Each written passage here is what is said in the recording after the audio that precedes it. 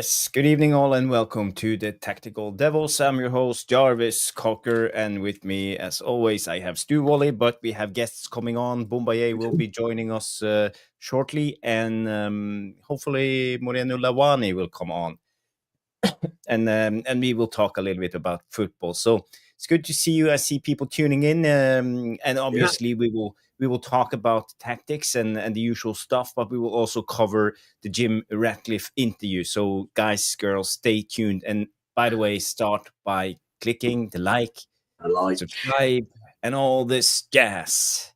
So yes, what a day. So how's your day been, Stu?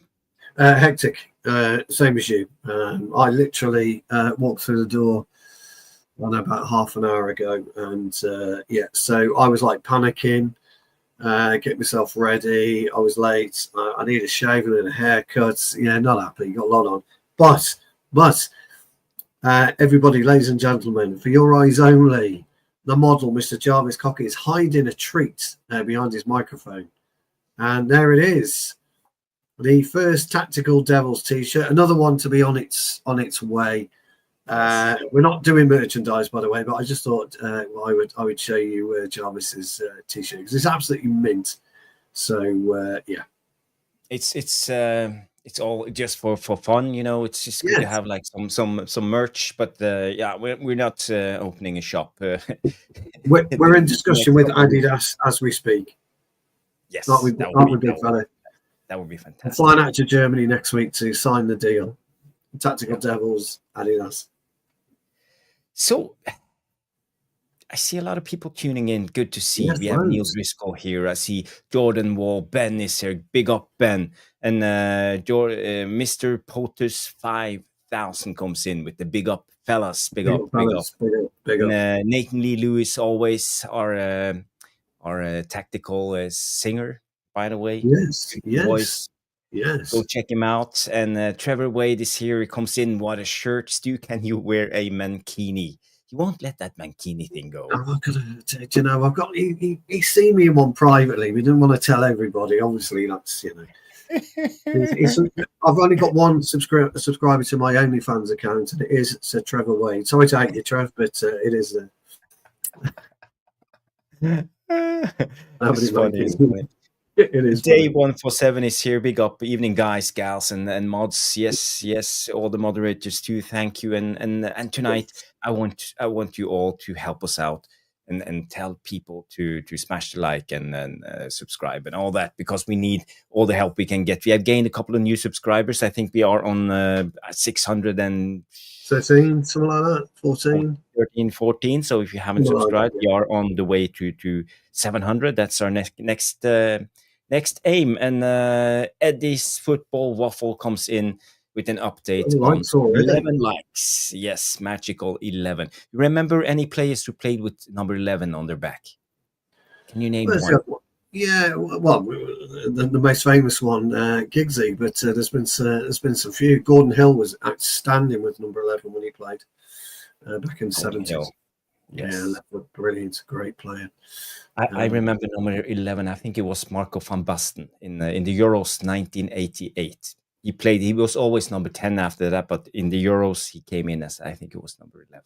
I'm not sure. Maybe I'm wrong. Maybe it's with 13, but yeah, I think it was 11. Yeah, there's been some good 11s down the passes. There'll be a few coming out that way. Well, Kanchelskis. Well, I thought he was always famous for 14, Kanchelskis. Was he? Really? I thought he was always famous for 14. Could be wrong. Big Trav knows his stuff, so. Alien Tenno, big up Jarvis to chat. Just watching Neville interview Sir Rat. Yes, Peter, Alien, we will talk about the interview. We will. And we have Neil Davies coming in and say, have you two seen the Cliffy interview? Yes, we have. I literally just listened to it while I set up the stream. I wrote a description. I made a thumbnail. I put on some X promotion, and it's hectic being a YouTuber, especially when you have a life. Yes, and kids. Kids. I had to brush some teeth. I had to find my daughter's iPhone charger. Oh no, crikey! I tell you, yeah, The whole world stops, doesn't it, when the iPhone charge is not around? Yes, and that's Right. why I was running a little bit late. I'm so sorry that you had to wait for old Jarvis and Stu for 10 minutes, but Yeah, it sorry is about what it that, is. guys. Anyway, It's should life. we get It's into life. it? Yes, let's get into it. So the name of the show is low block. What did I say? Low block specialist, and it's a picture of Bruno. And my thoughts is I want to talk a little bit about Bruno's performance lately because he's been brilliant, and I heard a lot of people talking about Bruno Fernandes, as we call him, as the super player he is. He's been doing everything. He's been scoring goals and assists for fun, even in a season like this, and he's been really doing well. So, uh, but I have a question, and I'm not stating anything. I'm not trying to slate Bruno. I'm just saying, is he a low block specialist? Because it seems for me that he always thrive when we sit back and go on the counter. So, what's your initial thoughts, Stu? Well, before we answer that, one of our guests has arrived. Ooh, So if we bring our guest on, perhaps, and then I can. Here he is.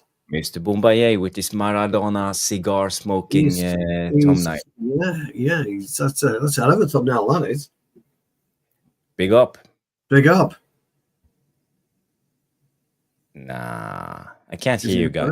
correct? Yeah, I tell mean, me when you are. Hola, señores. ¿Qué Ah, pasó? he's here. Tacticos, good evening. Good evening, Bombaye. Yeah, Good evening. I'm in good Can you hear company. me directly from Norway? You sound wonderful. Thank you, my friend. Yeah, let me just repeat what I just told the Devilish Tacticos. The Yes. name of the show is Bruno Low Block Specialist ? So I think you know what I'm getting at. We have been doing well the last couple of games. Bruno has been doing extremely well, but it's us on the counter attack. When we sit back, we play now in a 5-4-1 formation, defending, and Bruno really thrives in this position. My question is: do you think Bruno is a player for the future in this Amorim system? And I want us to delve into it and figure out the finer details. So yeah. I don't know if it's too heavy. We can go with Stu first, and he can open the ball. I'm ready, man. Yeah, okay, Go for go, it. go, Go for Bombaye, it. go. Stu, go first. Are you sure? Yeah.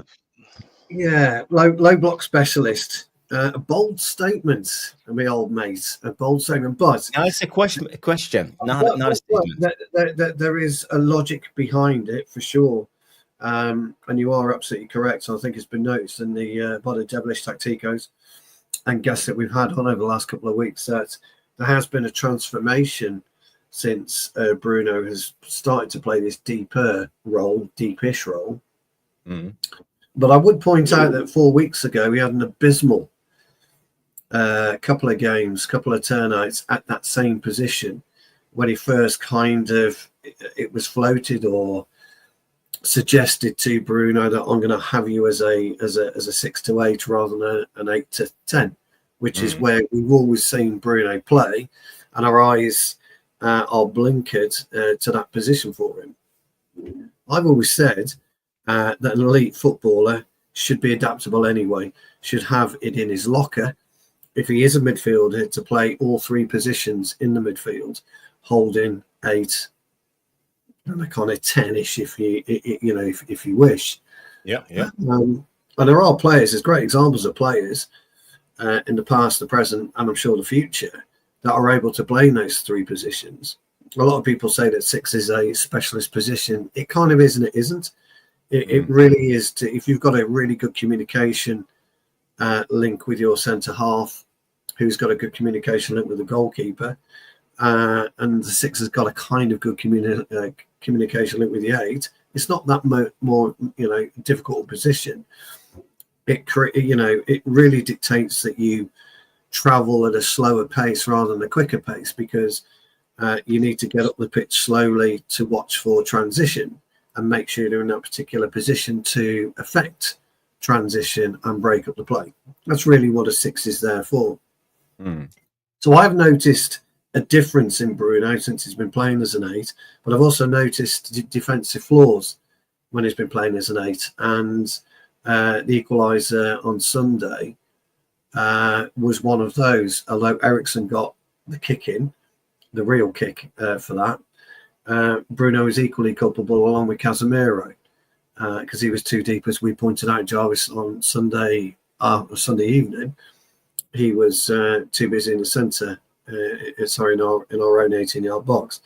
So I think it's a bold statement to suggest that Bruno's the main catalyst for this at this point in time. And is he the right player to do that moving forward?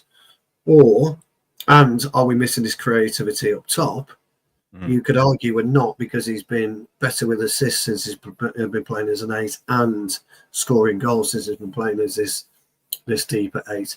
I don't think he's necessarily got the right partner to be able to allow him to flourish in that position, and he's not disciplined. Is it Casemiro or is it Ugarte you're thinking of? Probably Ugarte, really. And the reason I say that is because although Ugarte is quite economical with the football, doesn't necessarily give it away too much. He doesn't command Bruno's ear, which you've got to do. You have to command the ear of the 8 or who's ever playing, within your vicinity, and he hasn't got the command yet. He might have that next year, as a year into his United career, but he doesn't have that command to really say to Bruno, look, you've got to be more disciplined. I need you 5 yards away from me in certain phases of play, not 10 yards away. I need you to be a bit more proactive rather than passive. And, Bruno does have that tendency to be passive when he's in the defensive third rather than reactive and proactive. We need that. Look, Bombay will tell you as a midfielder, if he is an 8, and that's a marauding midfielder, he's a box-to-box, the discipline is making sure you're in the right position at the right time of transition. And that's where Ugarte is very good. Casemiro is brilliant there a couple of years ago. He's just lost his legs. So, look, I think next year, Ugarte will be 12 months into it. He'll have a better handle of the Premier League. He'll have a better handle of how Amorim wants to play. He'll have a better handle of how Bruno wants to play. But I think the real key to it moving forward will depend on acquisitions and sales, who he acquires.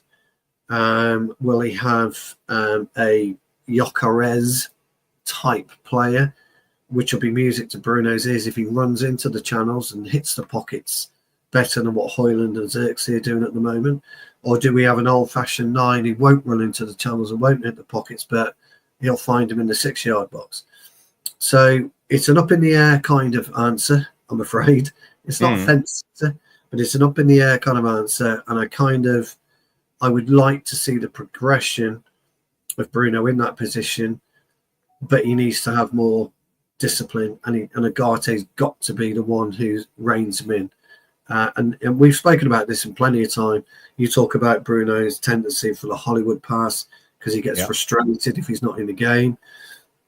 He will lose the ball easy. He will go down easy. We have transition against us. We don't get the free kick. He's out of position. Those are your dangers there, Jarvis, of him playing at the position that he plays. But all in all, you can't argue with his last 2 performances. So I'm not having to go with him. I'm just saying I think we've got to see the whole picture and the whole sphere before we say 100% certainty. Yeah, that's his position moving forward. Interesting. I think you made a lot of good points, Stu, and Boombaye. Yeah. I know you're a big Bruno Fernandes fan. You like him as a player and what he do for the team. So tell me, is he just a low block player, or can he contribute more into this Amorim system and be part of the rebuild or the revolution that Amorim is actually trying to do? Because we have seen Amorim changing things up and the way we play. Now we play in the 3-4-3. Everybody knows it. And do Bruno fit into the system? And do you think Bruno will stay in this position and be the main guy in the next couple of seasons? There's quite a few questions there. I'll break it up. I know. So the first one is Bruno just a low block player? No, because his tenure here is all the evidence that I need to suggest he's not. But when he has gone back, I was live at Ipswich. He changed the game as soon as he went into the back line and started to pick the passes that, in my mind, we should be picking. Mhm. The way Bruno sees the game for me is a cut above everybody. The only other person that I feel has similar qualities would have been Ericsson if he was in his pomp. In my Yeah. mind, I look across the Premier League. I don't really see many better. I think for me, Bruno is a better player than Odegaard, in my opinion. His holistic all-round game. Odegaard is very intricate. He can dictate the tempo of a game in the final third. He's a very, very technically gifted, very good player. But I think Bruno's overall game, what he's able to do in terms of finding that pass, his IQ in terms of football, and his leadership, I think, is very, very underrated. I like his type of leadership. So the Mm. answer to that question is definitely no. He's not just a low block player. What I think he is a very low maintenance player considering he's a superstar. Bruno's tenure at Man United, given the turbulence that we've had and the instability, and Stu alludes to the quality around him at times is you know is not what it should be. But you never hear any complaints. You never hear any negative sound bites. You just got a player that's infinitely fit, infinitely applies himself in every game. Yeah. He, but it's not easy to ask him to do a job like Ugarte. Now, me, I'm not like I said, I'm not rapid. I'm average pace, but I can run a long time. But my game is not Nuruddin's game. I don't mind getting stuck in, but I'm not very good at getting stuck in. There are certain players that just know where to put their foot to dispossess the opposition. They're a naturally good defensive player. They sniff out that danger and they have the agility and the mobility. For example, Kobe Mainu is a good player, but I feared for him, and we discussed this last night on United Real Therapy. Mm. That I fear for his plays. He doesn't have what I feel it takes in terms of getting across the ground. Then he's got a swagger to his game, but I don't think this team and the way we want to apply ourselves. It's a very direct type of football. It's not a progressive possession football. You explained to me. So I think No. Kobe Mainu may suffer in that sense. Bruno um, is not your ideal perfect six, but what he does do is he runs his ass off. Maybe it's not always perfect, but in terms of Bruno playing as an eight, Bruno is able to create for you from deep. He can turn a game on its head with a pass. He can progress the ball. Bruno is an excellent back to goal player. If you need to find the defenders to fire in that pass, he can pick the pass first time when the opposition defender is right up his ass. Him and Ericsson are the only two that can do that. Kobe Mainu can't do that. Casemiro can't do that. Ugarte has no chance of doing that. They're the only two. You see snippets of that in big games. Against City, it was manifest what Bruno was doing for us when we were playing through the middle straight away. First time ball out wide, gone. We open up the game. Bruno's Bruno's the first name on the team sheet. So as an eight, yeah, of course, I think so. Um, and if you are able to get the balance of the team right and everybody around him, and this team actually settles, I mean, Stu says it. You've not got a very good striker that's given you movement and options to find him. Kevin De Bruyne is living off Haaland when they first came. It's the Mm. Kevin De Bruyne and Haaland show. In any part of the pitch, you don't give me options. What do you want me to do? And Hoyland is a very, very static, unintelligent player, and that's what we're trying to find. Otherwise, we're trying to find the wide guys.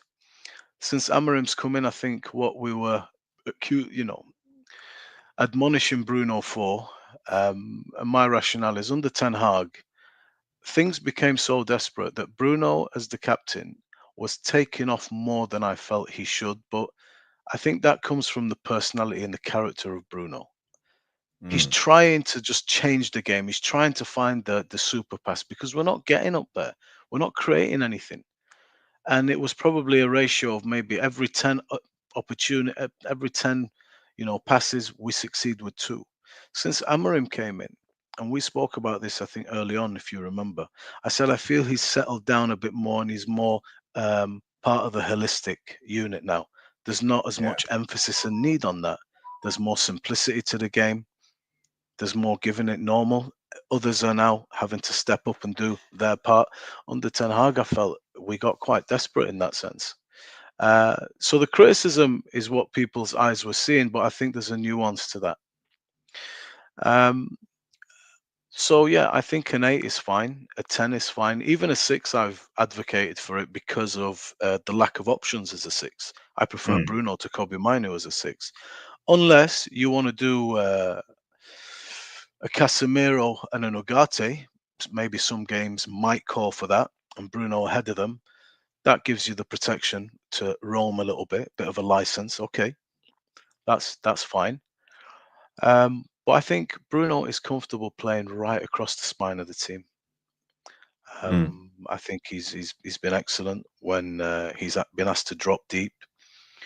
I think in the middle of the park, he's competent, and his work as he progresses it forward is good. He can assist, he can score. But are we influenced by the 2 latest performances by Bruno? No, I'm not. Or are we looking at the full picture of what's have been performed during the last couple of seasons?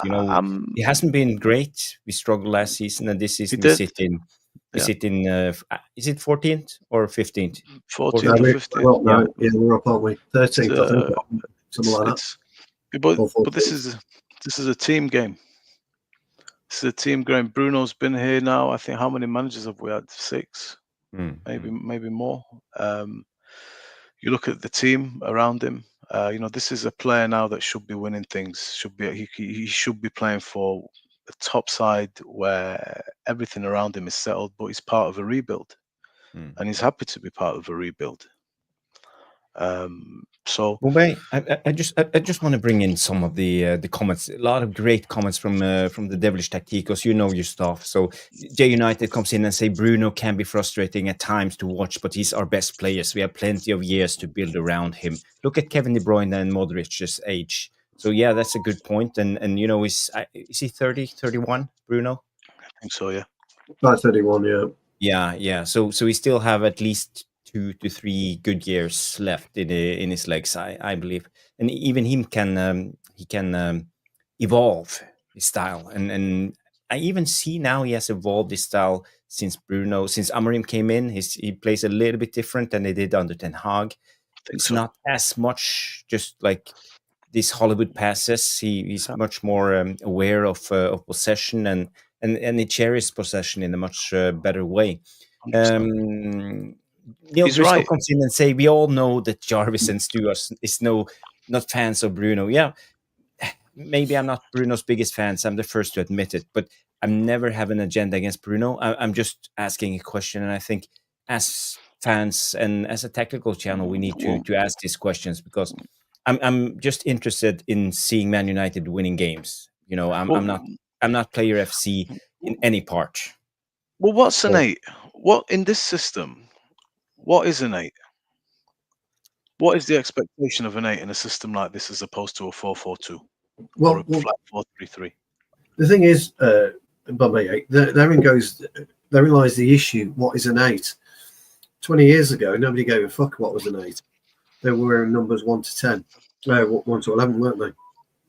Nobody cared what was an 8. It's only since the evolution of FIFA that people determine a cam has got to be a 6, a CDM has got to be cam's got to be an 8, a CDM's got to be a 6. I'm thinking, really? Do me a favour, Stu, play defensive midfield, please. I'm going to play 2 midfielders around you. Okay, so that's what a system is. In a 3-4-3, it's slightly different, is it? It's two midfielders. So you're playing two midfielders, either side by side or one in front of the other. So you don't play diamond shape, or you don't play 4-2, or you don't do this, you don't do that. You play as the game evolves. And that's the key element to winning any football match, Bombay. You know this yourself. You know, as a player, Jarvis knows as a player, the Devilish Tacticos know as a player. You go there on a Tuesday and a Thursday, you train. Thursday evening, the gaffer will come to you. Right, this is what I want to do on Saturday. Bombay, I'm going to have you as an 8, but I want you to slot in as a 6 when I need you to. Jarvis, I want you out wide, but I want you to come in. Absolutely brilliant. We all know what we're doing. Stu, just marshal the centre backs, etc. Keep your communication line open with Jarvis, Bombay, who's ever in your vicinity. Keep this communication line open. Brilliant. We all get there Saturday. He reiterates everything again. He's got the board up. We've seen it before. You're having your pre-match drink. He's got the board up. He's telling you again where he wants you. What happens after 5 minutes, Bombay? It all goes to pieces, doesn't it? Completely goes to pieces, because you've noticed something that's completely changed the direction that we're supposed to be going in. And you've noticed if we don't cut that particular part of the game out, the whole direction collapses, the whole pitch collapses. So then I've got to readjust what I'm doing, because I'm expecting a soulless number 9. Well, actually, I've got 2. Jarvis is expecting to have 2 players on him, but he's only got 1. So things change during a game after about 5 minutes, sometimes 10 minutes. The art of understanding and really deciphering the opposition and taking your time to digest what they're doing in the first 10 minutes of a game of football has gone out the window, completely gone out the window.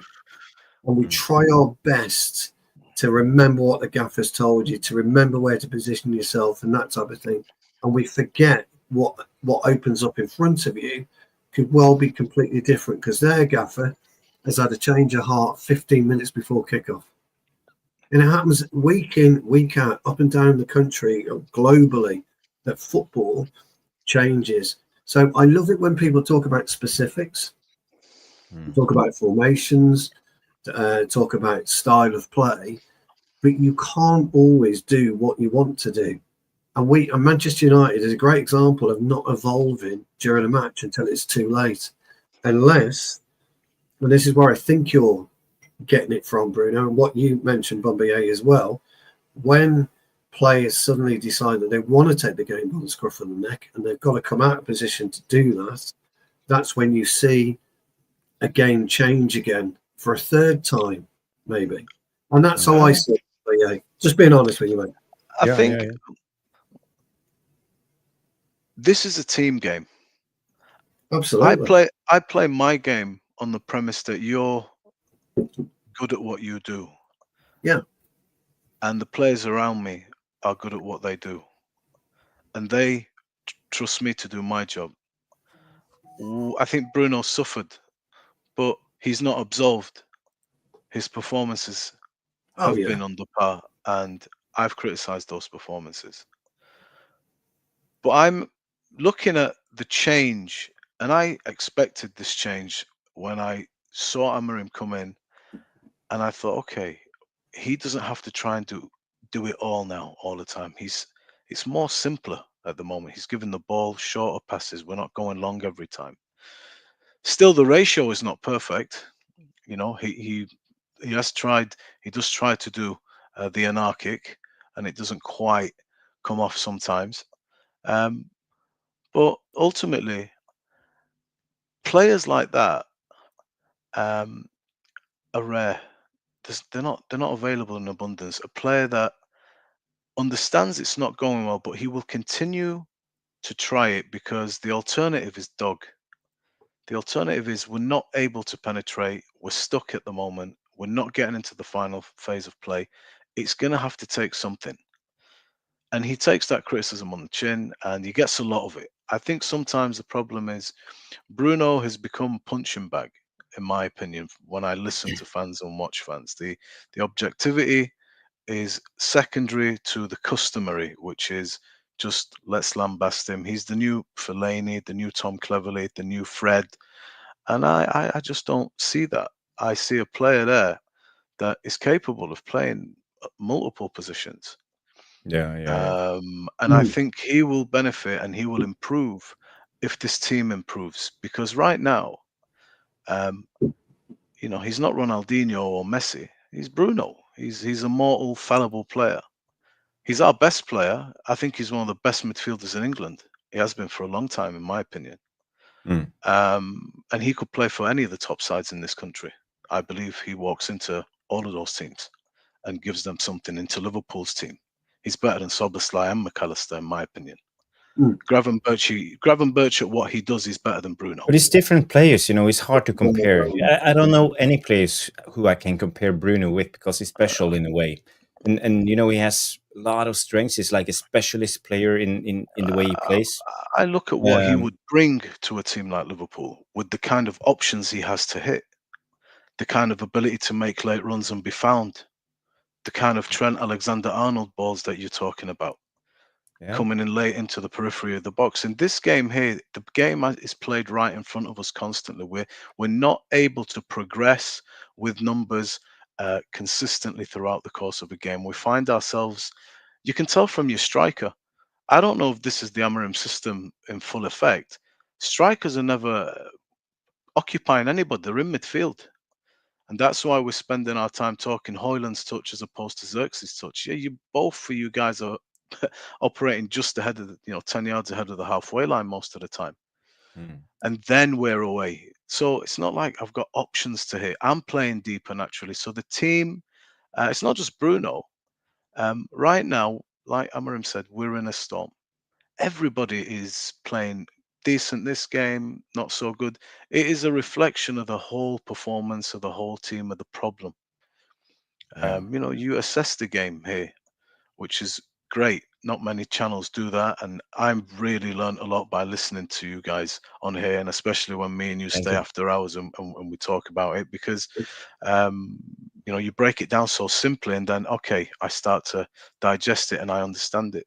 But I wouldn't like to play in Manchester United's team. I feel that I'll be. What I want to do is very secondary. I'll play for the team, and I can't accuse Bruno of not playing for the team.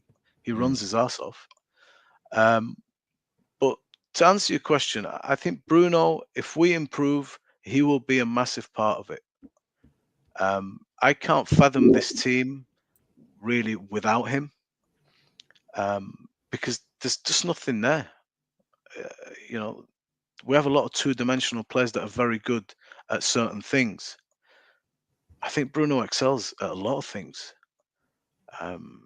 He's so intelligent, Yeah, this but player. Boumaier, I just want to say he excels in a lot of things. Yeah, I'm gonna take the role as devil's advocate here, Yeah, go and ahead. by all means, don't you can slate me in the comment section if you No, if you no, think no, I'm a no, Bruno hater, but I'm no, not. I'm not a no, no. Bruno I know you're hater. not. I know But you're not. but what I'm trying to say is, if you Even look if at you his are, I still stats, love you, man. Don't worry. thank you, Boumaier. But what I'm saying is, if if you look at the Yeah, stats, yes, the stats is great when it comes to goals and assists and chance creation. There's a yeah, lot of chance creation passes, but yeah. you can also look at the other side of it. Yeah. How many times he loses the ball, It's a lot. how many times he rushes our attack, and for me, my problem with Bruno is he takes so much.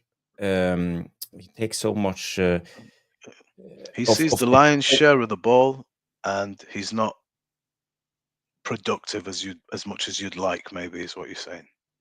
Yes, but he takes so much of our attention all the time, and he wants to be the guy who are the center of attention when it comes to being the guy who wants the ball and wants to create, and he takes responsibility, and I give kudos to him to take all that upon his shoulders. I know it's a tough job. You are the captain of Man United, but sometimes it feels like he's doing too much, and Yeah. he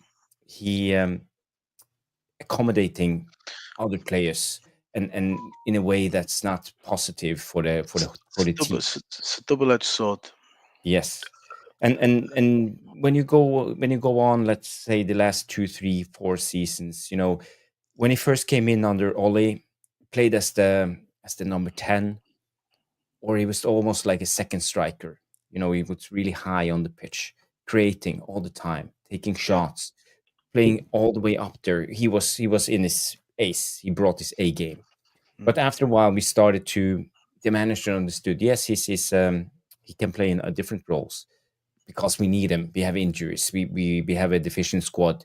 And Bruno, yes, he can do it. He always comes in and said, "Yeah, yes, boss, I can do it. I can play." So yeah, I love his what do you call it? His way of thinking, and he's always available. But I think sometimes he overdo it. And when you lose the ball time after time, sometimes you need to just breathe, stop, and let other It's, players do their role. Let's say, for example, you learned as a footballer, when you lose the ball, don't go into panic mode and try to win the ball back again. Trust your teammates. That's like a rule of thumb when it comes to football, because if you're not, you're going into rash decisions. And we've seen Bruno getting a lot of red cards because of this. He's not trusting his teammates. He's going in full force sometimes. For example. So what I'm saying is basically it's not all good. And shouldn't we take this into consideration when we want to go forward? And because Bruno has so many positives, but he has so many negatives too. And you see, are they weighing itself out, or are the positives better?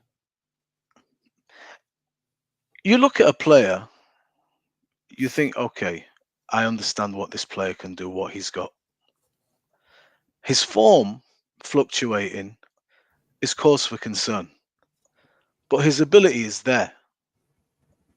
From a purely ability, from if I'm looking at just pure ability, Yeah, I'm sold. Now, if you want to talk about performances and objectively assess the bad, there's some nuance to that. I concede. Bruno, I felt under Ten Hag, it was getting to the point of desperation where, it became almost counterproductive. I want Bruno to play in a team where he doesn't have to do that. I want him to have the luxury to just play his game and not constantly have to find the spectacular, because we are impotent in penetration in the final third. I also look at, we are a team known for just missing chances. How many chances did you have in against Arsenal? Xerxes, Mazraoui, Hoyland, for God's sake. 3 golden ones. De Bruyne passes to Haaland, it's a goal. So if we're talking statistics, how many opportunities have we created through Bruno, but they've missed where they should score? That would change your narrative slightly. No, Neil, I'm just going to reply quick to Neil. I'm saying I'm taking the devil's advocate here because I think we need to address this. Neil, because you're we know absolutely right.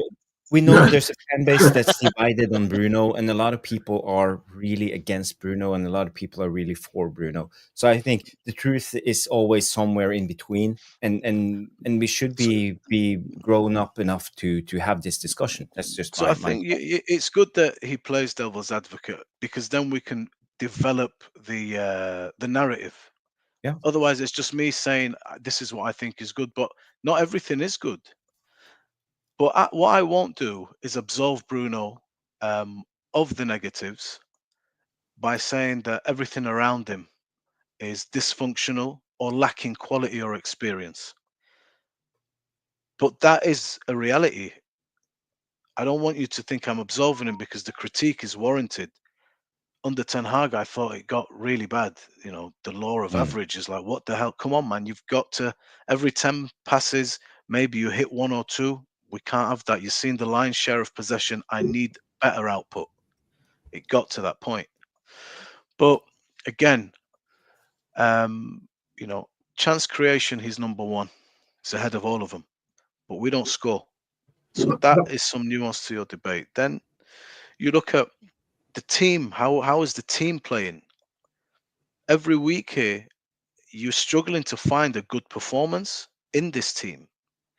And then you go to the realities of, okay, if we're comparing Bruno to, you know, like Liverpool midfielders, Odegaard, Declan Rice, we're going with Kovacic, De Bruyne, Bernardo when he's deployed there, Gundogan. Well, you're all playing in a very settled, functional team where there's a culture of winning. We understand the system. This is a end product of at least 4, 5, 6 years of work. There's a pedigree, there's high experience, there's people that have won things in that team. You look at Man United's team, now we're actually doing a rebuild again. You have a team We're that is always so in a rebuild. We're always in a rebuild.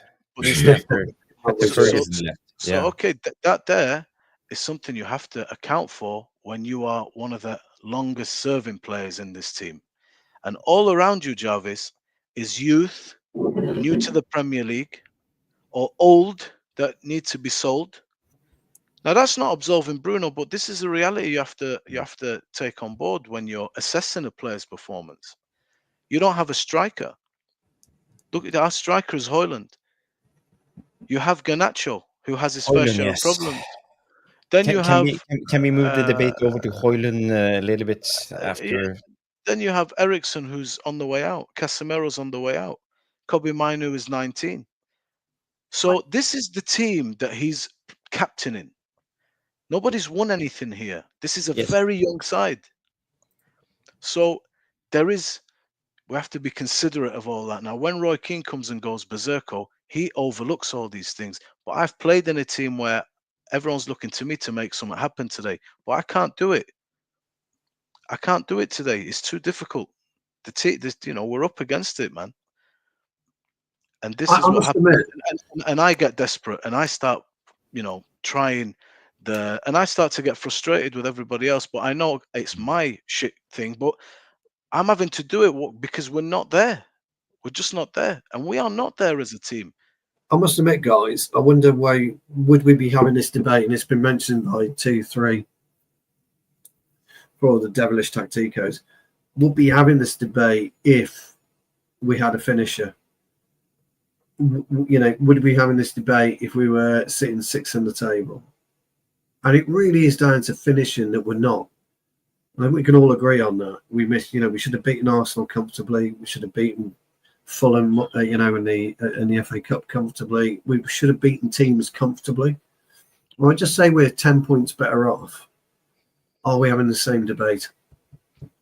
For me, I'm kind of with the whole rounded aspect of Bruno.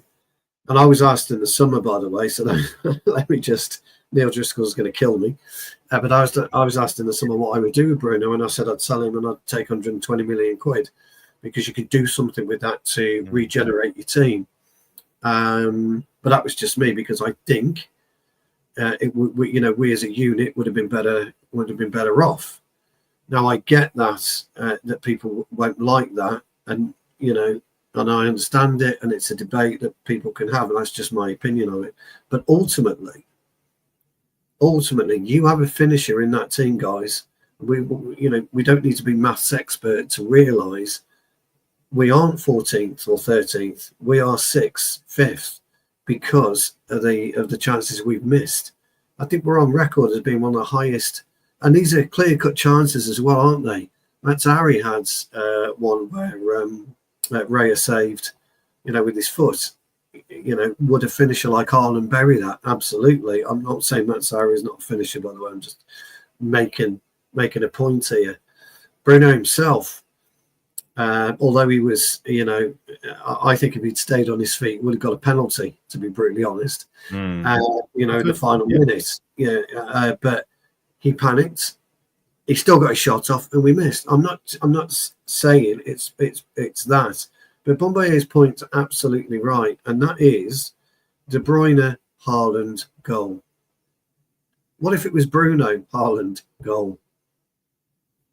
And I think that's what it's all about. That's what we're talking about. That one little dink that's maybe a 10-yard. Do you remember? Was it? It was during COVID. We beat City 2-1, didn't we? Bruno's cute little free kick over into Martial. Martial scores, etc., etc., etc. We're all raving about Bruno being brilliant. It's just a little dink over the top. Where has that player gone? He hasn't gone anywhere. He just hasn't got Martial to do that because he can't dink it to Højlund because Højlund's not going to finish it. Xerxes ain't going to finish it. Garnacho's not going to finish it. And there's your fine balance between, and Bobbier is right here, greatness, real greatness, and or even brilliance. I don't know what's the better word, greatness or brilliance. But either way, Bruno's just below that because he hasn't got that finisher. Just imagine, Jarvis, Bruno with Ruud van Nistelrooy.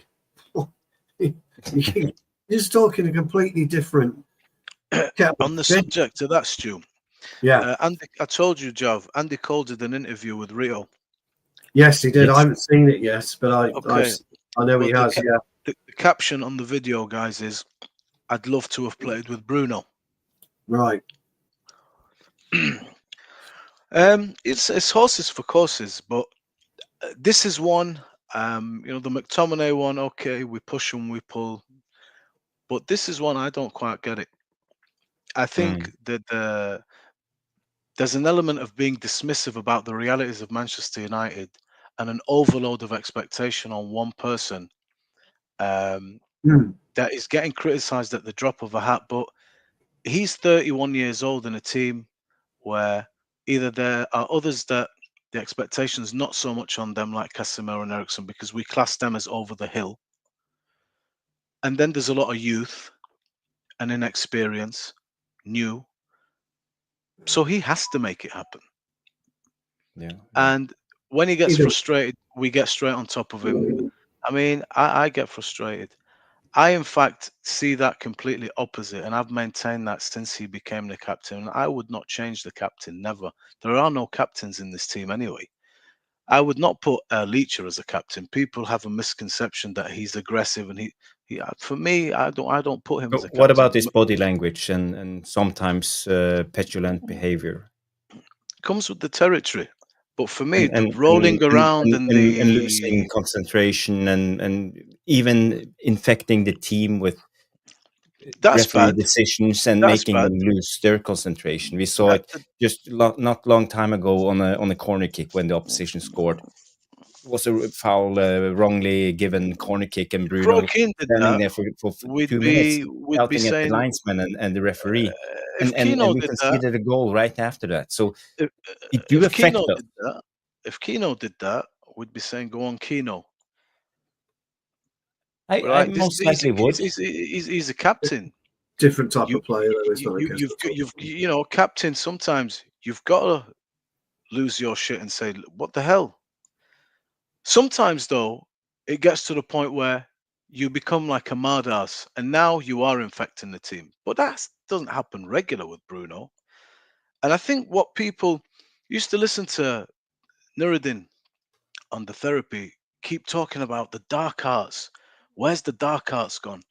Shithousery of football, yes. Bruno is the only player in the entire Manchester United team, even Casemiro don't know about this, and I'm surprised, that understands how to con the referee and put pressure on the referee consistently throughout the game. I didn't get this foul. I'm going to put my hands up and I'm going to look him dead in the eye. That's a point on the board. You better give the next one. You better give the next one. It's part of the game. It's part of the game. This is the oldest player, the most experienced player. There's a lot of young players there, and they don't have the character to do that. Manchester United, look at Man City and Chelsea.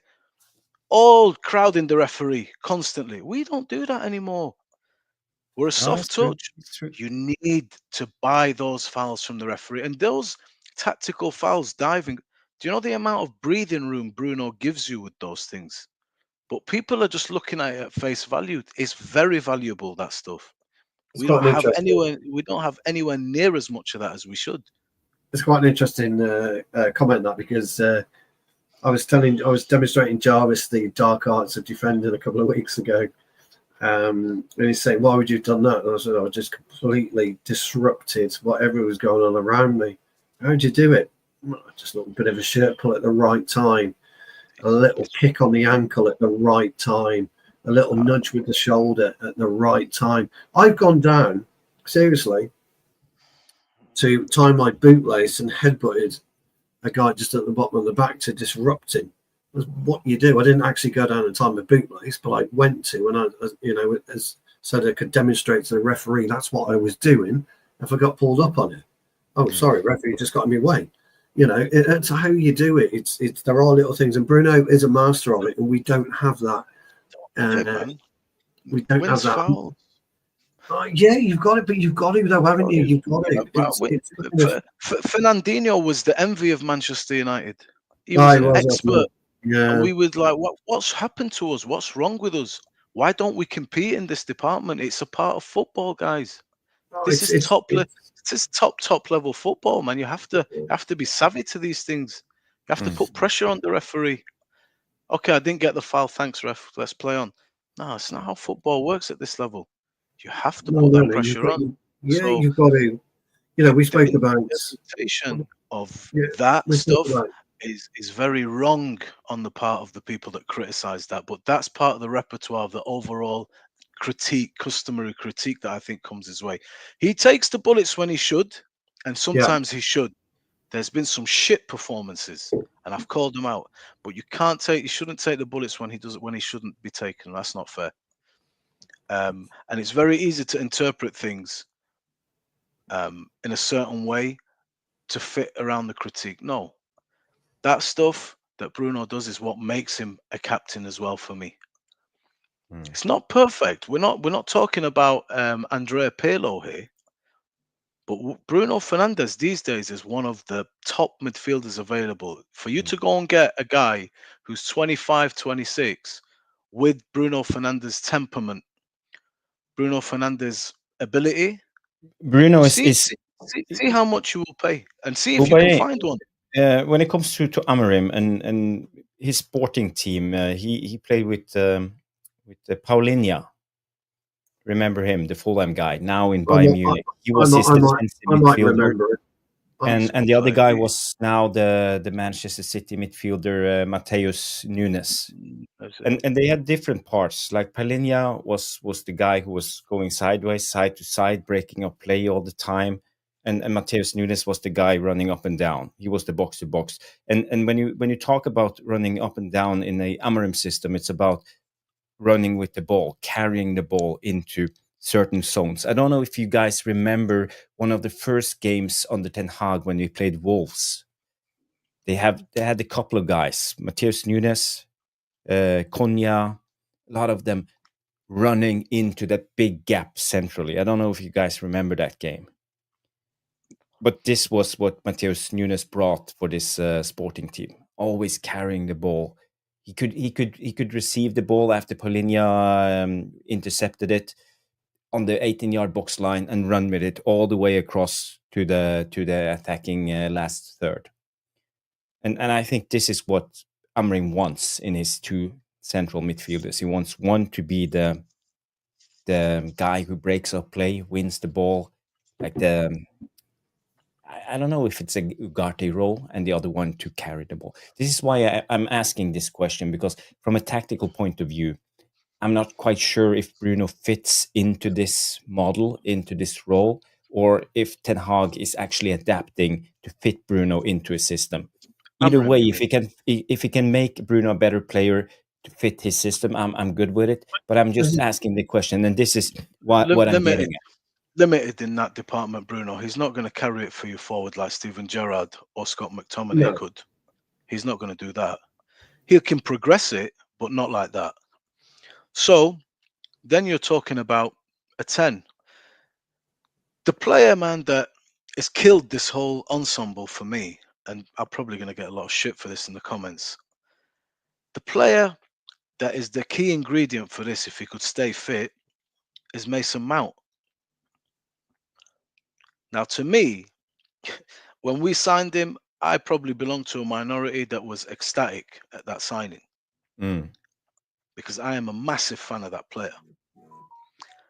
And Amorim says he's one of the most important players in the system. If you've listened to him speak about Mount, it's just a shame that he's not fit.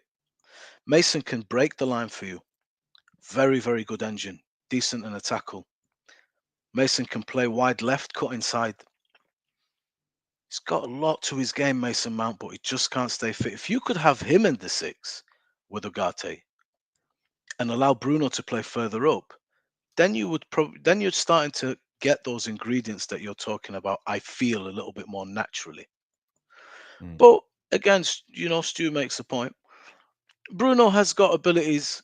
Depending on where you deploy him, how low or how high up the pitch, you will get something, but you will negate something. That's up to Amorim.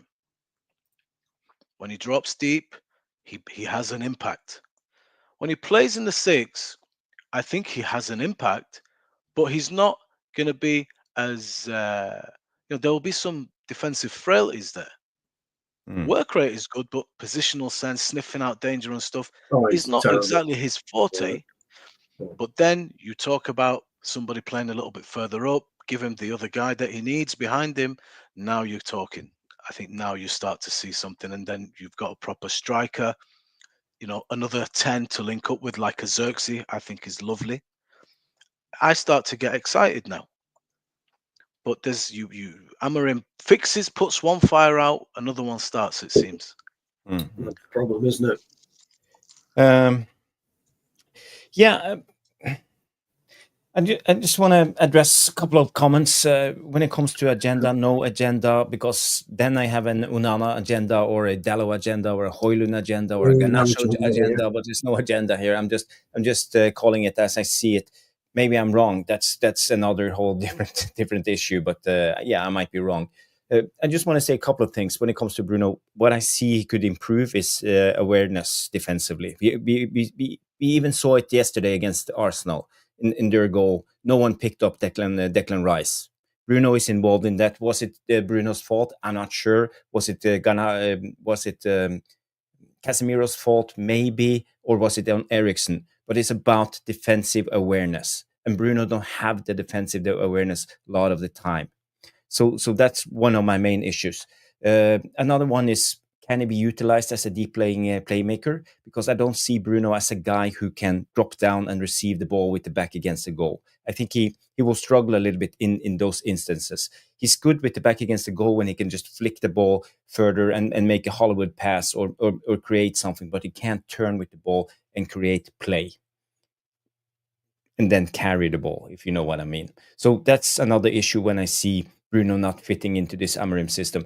Third of all, yeah, it's about ball carrying. We know Amorim relies on his players to be ball carriers, to carry the ball. It's not about intricate tiki-taka passing the ball. It's about playing direct, playing and going with the ball, being pragmatic in a lot of the ways when it comes to going into the last third. And he wants players to carry the ball if there's openings.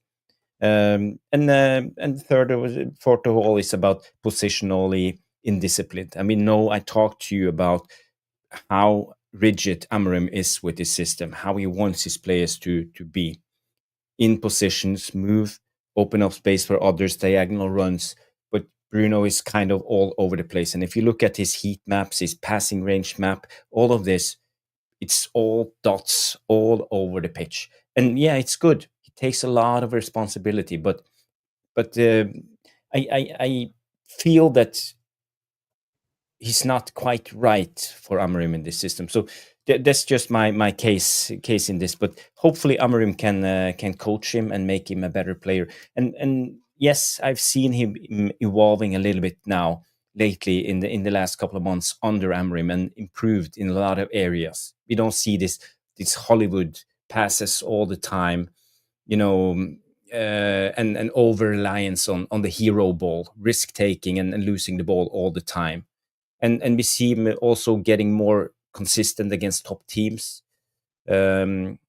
and that's good. Scoring goals and assists. I also see his defensive work rate is improving. He runs a lot, but he stays more in his position. So Amorim is making him a better player. He can tactically sit deep, and help the team and create the shape. And last thing, I think, is body language and his leadership needs to improve a little bit, because he needs to stop being that petulant guy. When we need a goal or things goes against him, he kind of loses it. He's getting too involved. He needs to be have more ice in his veins, in certain situations. And fifth of all, it's about he showed a lack of adaptability into tactical systems. He always plays the same, but now I see him improving a little bit. So there is light at the end of the tunnel when it comes to Bruno, but I have my concerns. And it's no agenda, it's just my concerns from my footballing tactical approach from a standpoint. So I don't know. Are we going to take this further, or are we going to jump on next to the Jim Ratcliffe interview? I just got one tiny bit to say, and I get super frustrated with when I hear that managers make players better, because they don't. If you can't improve yourself as an individual, you need somebody to tell you what to do, where to be, how to do it. You should be playing non-league football at best. When you get to elite level football, Portuguese international, Manchester United, Sporting Lisbon, etc., the knowledge you should have acquired through an extremely long career should tell you everything you need to know about the game from a positional sense, from a proactive sense, from a defensive sense, from a midfield sense, from a striking sense. Because we all know as kids, we all tried out different positions until we decided to fall upon where we wanted to operate throughout our career. And it happens all the time. Most of the time, that career change, Wan-Bissaka being a great example of a winger, until somebody said, well, I'm going to stick you at right back. And then he understood, developed as a right back. But he's the one that made himself develop by brain power, by ears, eyes, and mouth communication. He understood where he needed to be at any one time, and Bruno has to do that. So I always get a bit exasperated in many ways when I hear, well, actually, Bruno's not a 6, or he's not an 8, he's not a 10. He fucking is. Jarvis, she once said to me 2 weeks ago, your gaffer put you, was it left back or right back? So you just got on your play, didn't you? Yeah. So you just got on with it. You just all right, gaffer, that's it. You learn as you go along. But hey, you tell me, you talk about people get on your back because if you don't create, nobody else creates. But you've learned to play, I would imagine, as a 6, a 10, a right back, a left back. You could put you in a position where you can be competent. And this is what football's all about. And this is why I get slightly annoyed when somebody tells me, well, he can't play there. Bollocks. He can. You've just got to want to do that position, And that's the only kind of area that I really get exasperated about, because you are the one that determines how you're going to play that game. You are the one that determines whether you're going to have an A game or a B game, not the gaffer, not you, Jarvis, not you, Bombier, not anybody, but you, that person. Because if Bombier gives me a 5-yard pass and I'm looking the other way because I'm trying to decide what I'm going to do for it, and it flips under my foot, I'm the only one who's made that error. Nobody else has made that error. And Bombier would rightly turn around to me, what the fuck are you doing? Will you concentrate on what you're doing? Get your head into this game, fella. And then Bombier is probably saying, give Stuart 5 minutes, get him out of the game for 5 minutes, don't go near him for 5 minutes, let him get his head together. We don't have that. If you look around our team, you look around Manchester United starting 11, there is not anywhere near that intelligence to understand. There's no optics, there's no vision from any one of our players to understand certain aspects that are going on with our own team, let alone the fucking opposition. And it just winds me up a little bit. So that's my only little tiny counter, Jarvis. It's a very tiny counter, because I just think the only way you're ever going to improve is by yourself. You're the only one that can improve. Bobby A misses a left-footed strike on a Saturday afternoon. I'm saying, how the fuck have you missed that? Is that your standing leg? You know, I want him to go away and think, fuck, if it comes across to me again, I've got to make sure I'm on point with it. It's not a criticism to anybody. It's just to say, because I'd expect the same. You know, McGran could have scored that. Have you missed it? Fuck, he's right. You know, he's right. I should have buried it. We just don't have this kind of mentality. And I don't know whether it exists in the elite level anymore, to be honest. We're lacking mentally. This team is lacking mentally. The standards in terms of do you go out onto the pitch as part of this Manchester United team, what we're accustomed to? We've already beat you before the game. We're super confident. We put the shirt on, and you know, we used to deploy a team of, they're all right, but they'd compete with top opposition. This team now, I think, since Fergie's been gone now 12 years, and we're used to not being in the Champions League. The inconsistency levels are there. It rubs off on the players, man. If you're used to getting whacked up every week, got to find your way out of that pit, and then you've got to stabilize it, and then you've got to progress it forward to turn that into, at least we don't lose games now. Then maybe you move that on a little bit further, and now the mentality, the confidence, we're buzzing. We've got, you know, it's visualization. This team doesn't have any of that, and this is what I think here makes this job very difficult. Slot walks into Liverpool. I give him full credit for what he's done, but the standards are there. Van Dijk, Alisson, Trent, Salah, Diaz, it's all there. They've just won. They're expected to challenge for the league. They're one of the top teams in Europe now. It's all set. It's not coming into, right, welcome Amorim, January. What you know, Mourinho's right. Where are you coming from? Where are you? Where am I picking you up from? Well, you're picking us up from, you know, a decade of mostly not really Champions League, and even if we're in it, we're not taken very seriously. You're picking us up from 10 years of best finish, 81 points, second place to 100 points City. That's pretty much where you're picking us up from. We're a Europa League top 6 side, more or less. And now we've, you know, buying very young players in a transition, a whole new system. That's what you're walking into. There is no standard, because you don't win anything. You don't do anything. The club doesn't represent anything. You represent just driftwood that needs to be arrested and molded into something that we can get behind and believe in. All City have got that. So, but what did Pep comes into De Bruyne, Otamendi, Company, Joe Hart, Raheem Sterling, Sergio Aguero, David Silva. They've won 2 leagues. They get to the quarterfinals of the Champions League every year. What am I asking you to do? Here's 250 million. Make them in your image. It's there. It's not. They've not won anything. They've never won a Premier League. Nobody here has won any trophies. It's not that. That's the hardest part of building this thing. The first one, Ferguson said, the first one, you get a taste. Now you start to believe in what I am doing for you and what you are doing for yourself. Now we roll on. We've not done that. We're nowhere near that. Yeah. I just want to say hi to Ben for tuning in. Big up, Ben. Yes. Elmore39 on Twitter. Big up, Ben.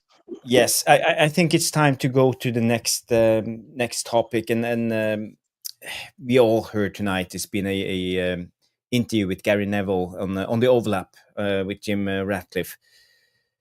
A lot of things has been said. I see Twitter is packed with comments, quotes, interpretations of what Ratcliffe said, and reactions. I don't know. Have you all seen and heard that interview? Yep. No. I saw it when I was scrolling YouTube, but I have not seen it. No. Okay. So I see Rushmano. He left some comments in here for us. So we can start on this one. He said, Sir Jim Ratcliffe said, I really like Ruben. He's a very thoughtful guy. Every time I go to the training ground, I speak to Ruben. I sit down, I have a cup of coffee and tell him where it's going wrong. And he tells me to fuck off. I like him. So what does this comment tell you about Jim Ratcliffe? Trust in Jim.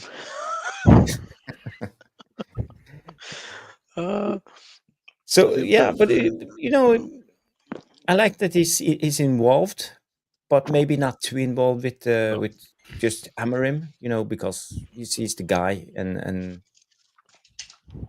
I don't know, should he be involved as the would owner? you like your owner to put ultimate faith in the choice of manager he's brought in to have at the helm? Would you like him to have that faith in him to say, I understand what's happening now. You're giving me insights. I am going to back you. I trust you. We've had problems with managers that have left post-mortem when we were thinking we're still that Man United in the early days of Van Gaal and Denmark. You ask yourself, I mean, what are we signing here? This is Man United. What's happening? So if that's the kind of relationship they have, that's a healthy thing, I think. And if that relationship is made known to the team, that his word is bond and his authority and decision is absolute, I am an advocate of that. I don't want any modicum of undermining the manager at all. But Boumbaye, I just want to put it in context, because in this interview, Sir Jim talked about the decision of keeping Erik ten Hag, and if I understood it right, you can confirm if I'm wrong or right. But didn't he say, it's up to chemistry? That was one of the reasons. No, he was talking about Ashworth on the chemistry side. Oh, it was Ashworth. Okay, yeah, okay. What he was suggesting was that it was a romantic contract extension or a romantic non-sacking. So we kind of look. I've always said on this channel and every other channel I've been on, euphoria. It's the most dangerous emotion human beings will ever experience. Euphoria is one where you get so excited. People tell you something, you believe it, and that's what they did. They kept Ten Hag. In hindsight, they shouldn't have done it, etc., etc., etc. That's basically what he was saying. Mm-hmm. So Jim Ratcliffe, right? He's damned if he does, he's damned if he doesn't. Me and Joe sat on a channel on a show 2 weeks ago. Said Jim has to come out and speak. Okay, he speaks and he gets completely vilified. So half the fan base will buy into it, half the fan base won't buy into it. So here's the problem that we as panels and a show have when it comes to either understanding and getting on board with what he said, or not getting on board with what he said and just dismissing it as PR. Now, in life, PR is the roller coaster where information is put out. Sometimes it's brilliant stuff, that's when you reach the tip, and sometimes it's absolute disaster, which is when you reach the lower end and start to sway back up. We are in a situation where if you tell the truth, like he did, potentially, we're going to be bankrupt by Christmas if I don't do this, and this. People won't necessarily understand it because they're looking at it from a footballing viewpoint. If they kind of listen to it and think, right, well, that's really bad, and you look at it from a business perspective, which Manchester United is, then you can understand the economic complexities of running Manchester United.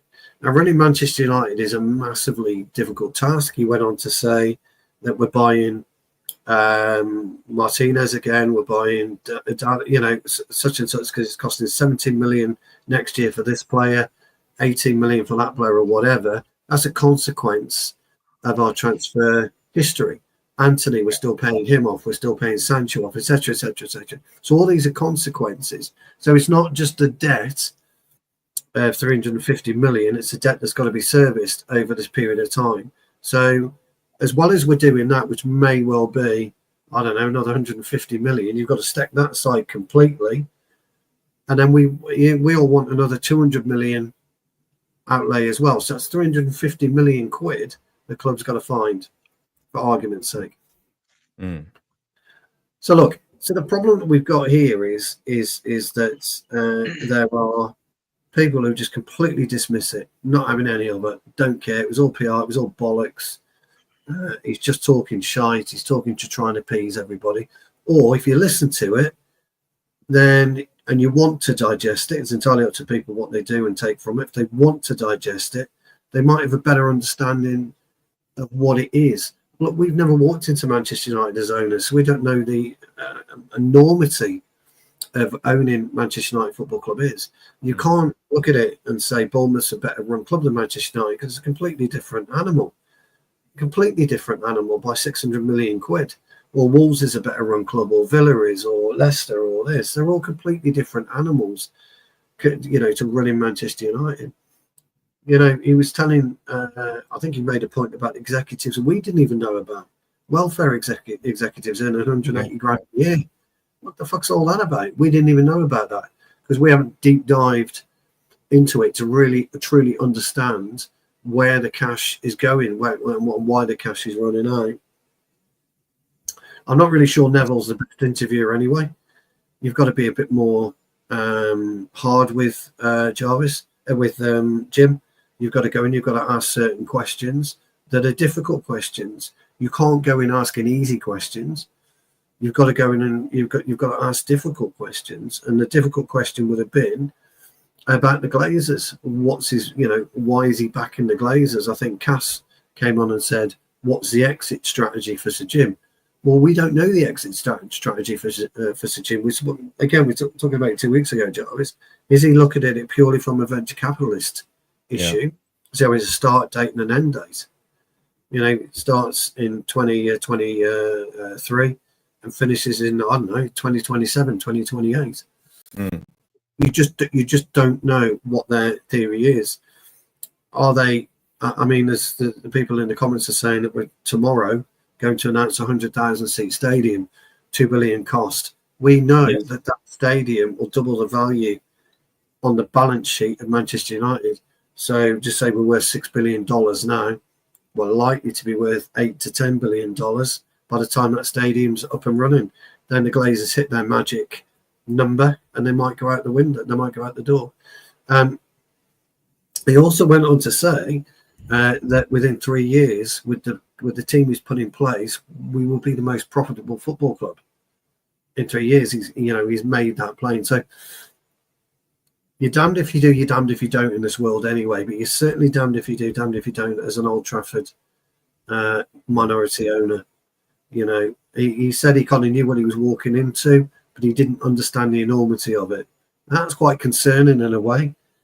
When you're a billionaire who's built a business from scratch with his brother, you know, petrochemicals company, to not necessarily fully understand the magnitude of what's gone on. So maybe all of the books weren't opened up to them so they could do their due diligence, which I would hope not.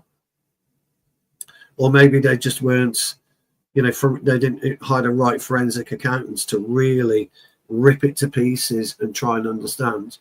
You know, in many ways, the Glazers could well have run Manchester United as a money laundering operation for years. We'll never know. We'll just never know. Just don't know with what's going on. They're so smart, these billionaires. They just know every way around to do what they want to do. So it's a real problem, and it'll be interesting to see what he does. And what did I take away from it? I wish I'd listened to the Dan Rowan interview rather than Gary Neville's interview, because Gary Neville's not equipped to interview Sir Jim and really ask the questions. Dan Rowan is. So I just need to try and find out, or maybe listen to Dan Rowan to see what kind of questions he's asked. So, but what I got from him, Stu, was he pushed. I think Gary Neville pushed him a little bit about, you know, the free lunch the cut costing things about They're his dumb questions. defense. They're dumb questions to ask. They're dumb questions, Jarvis. As a journalist, if I'm Sir Jim and the journalist says to me, "Well, tell me about the free lunches," it's just going to aggravate me. It's such a small, little, tiny little thing. It's a dumb question. We don't want to do that. When are we going to be debt free? Yeah, Question. when he asked that question, he came to this point. You know, the Manchester United would run out of cash, and I think that's a big thing to say. But you're not going to run out of cash on free lunches. When are we going to be debt free? And you go and you stop. That's all you say. When are you going to be debt free? And then he'll come out and he will get exactly the same answer, but differently structured. Okay, how are you going to avoid that then? We've seen all these cuts. Surely that's not going to do it. And you just ask straightforward, difficult questions. That's what you have to say. Because a question like free lunches to somebody like him, I wasn't calling you dumb. I was saying it's a dumb question. No offense taken. Yeah, it's just a dumb question. You've got to be a bit more on the, you've got to be a bit more focused with him when you're asking him that. And he's got to give you the right answer. So you can go around the houses by asking things like that. So when are we going to be debt free?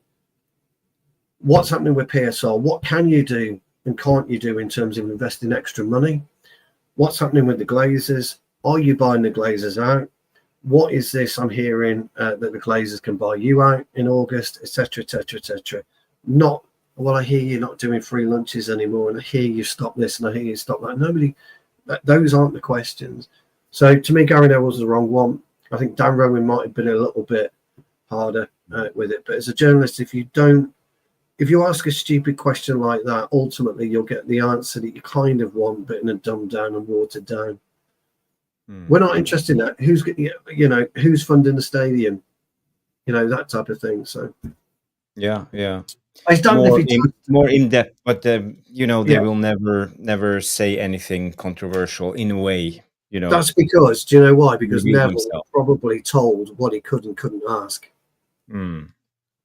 So I don't know, Ben. You saw that interview. So what did you take from it? Well, first things first.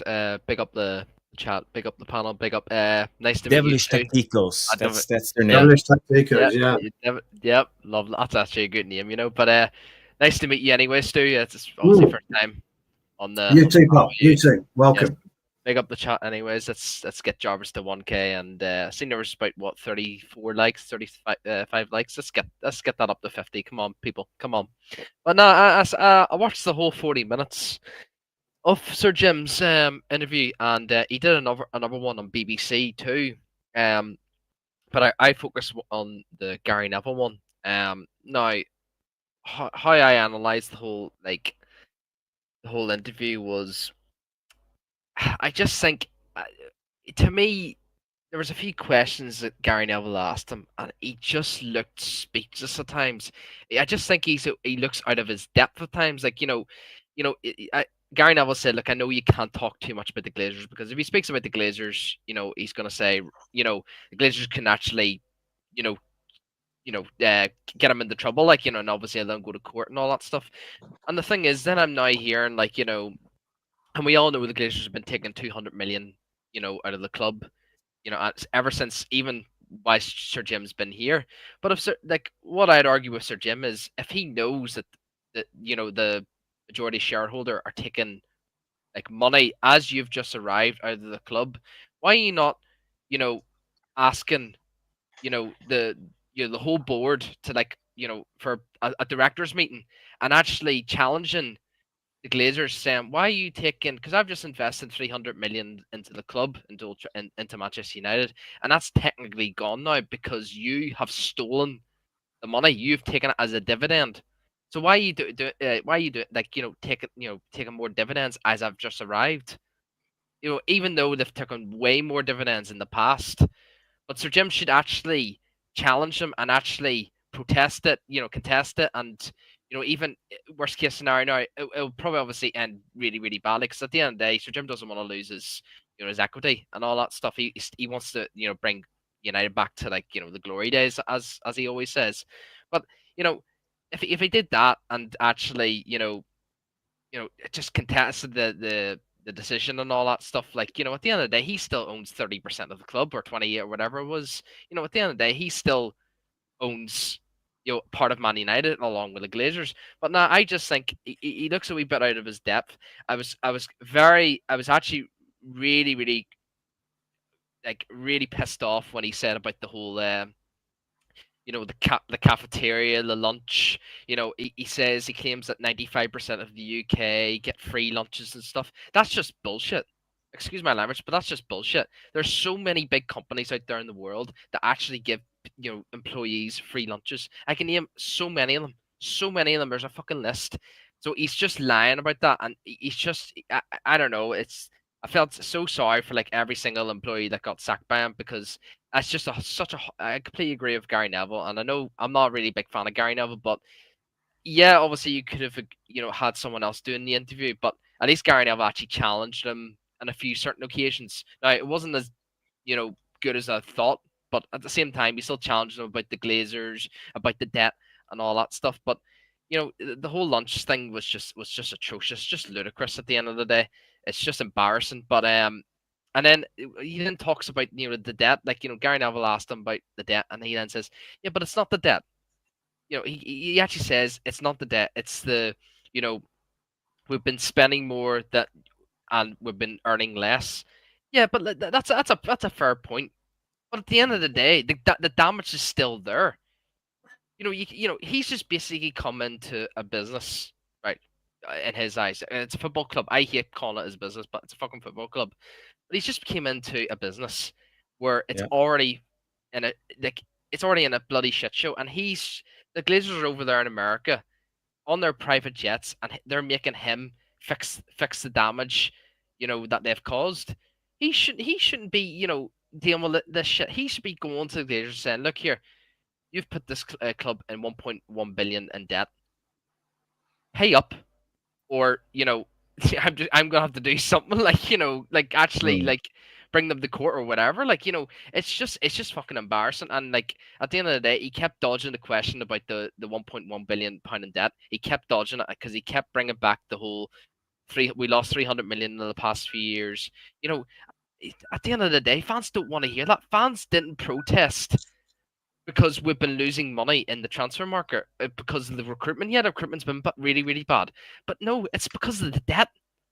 We're paying substantial ticket prices, and under 16s as well, like children, for like what I think there was like 45, 50 quid for under 16 ticket prices. That's embarrassing. And he wants to increase even more. It's absolutely embarrassing. And at the end of the day, he says like tickets are income, sponsorships are incomes, whatever else, merchandise, people buying from the mega store, that's all true. But at the end of the day, these bigger clubs, they act as a proper football club, whereas we just act as a bloody I don't even know what this is real. It's just embarrassing to like actually witness as a United fan. But that's every United fan at that protest, and I was there on the weekend, and every single one of them, I actually asked them. I said like, why are you here? Like like I just wanted to like say why are you here? In regards to like, why do you hate the Glazers or any of us? And he says, look, it's nothing to do with like our like slightly to our recruitment. It's the debt, because we feel like we're paying the debt back. That's the issue. They're increasing the ticket prices because they want fans to pay back, all the debt that they've caused in these past like 13, 14 years. So at the end of the day, look, I completely understand. Like he does look like he's fucking stressed. He does look. You can just tell in his tone and all that sort of stuff. But at the end of the day, like we're not going to go anywhere in this club unless the culture is right. And so far, the culture is absolutely disgusting with Sir Jim and with Glazers. I'm including Sir Jim as well. The football club is a filthy fucking mess. And yeah, obviously the positive is he's bringing in the stadium. In my opinion, whenever I seen Sir Jim come into the club, all he wanted to do was talk about this stadium. builds a stadium. A few years later, he's getting old. Once he builds a stadium, bye bye. Thank you very much, United fans, for having me. I'm gonna sell my 30% of the share to someone else. That's his plan, and I know Sir Jim really really well. That is definitely his plan. Get as much money as possible from the new stadium, get a wee bit of income coming in, and that's all he wants to do. And at the end of the day, people say he's a very smart guy. I could see why people think he's a smart guy because, like, at the end of the day, he's a billionaire. He's definitely done well in something in life. But at the end of the day, he's just came into a filthy mess. If the club was debt free, then I can see what he's trying to say, and I'll actually give him a wee bit more credit. But at the end of the day, he's came in 1.1 billion in debt, and at the end of the day, the Glazers have just sat over in America because he even said it as well. He says the Glazers have let me take control of like football operations and some commercial operations as well. So at the end of the day, one side of the ownership is doing nothing, like just being lazy in America, and then the other side is having to do all the work and having to fix all the damage. So how would you feel as an owner? You'd say, I've just put £300 million into the club and I've lost it already because they've taken dividends out of the club.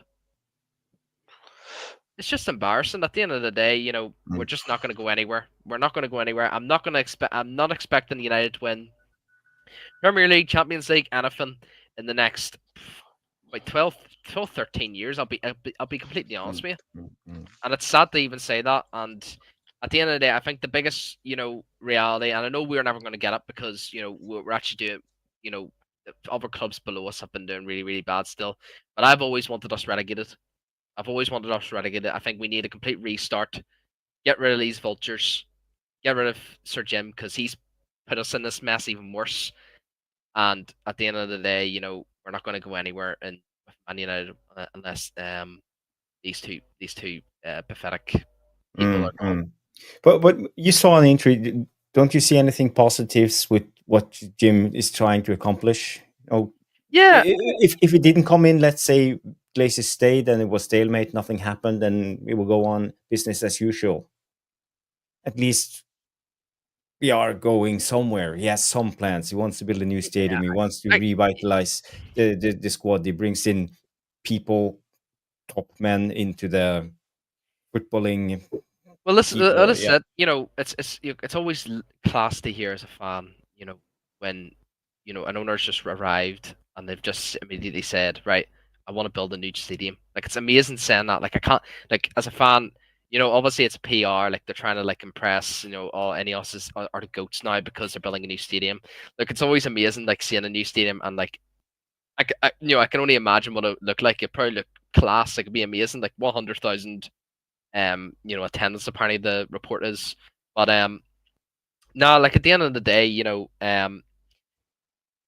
this is why I've said, when they first came in and they had their first summer transfer window under Ten Hag, I did like, his like Ineos's, like, because he even said as well that it wasn't down to Eric, wanting to sign Xerxes, Delete, Euro, Ugarte, Mazraoui, it was all down to collective, but I think it was mainly down to like the likes of Omar, Jason Wilcox, and Sir Jim. I think Eric had a wee bit of like a percentage in it, but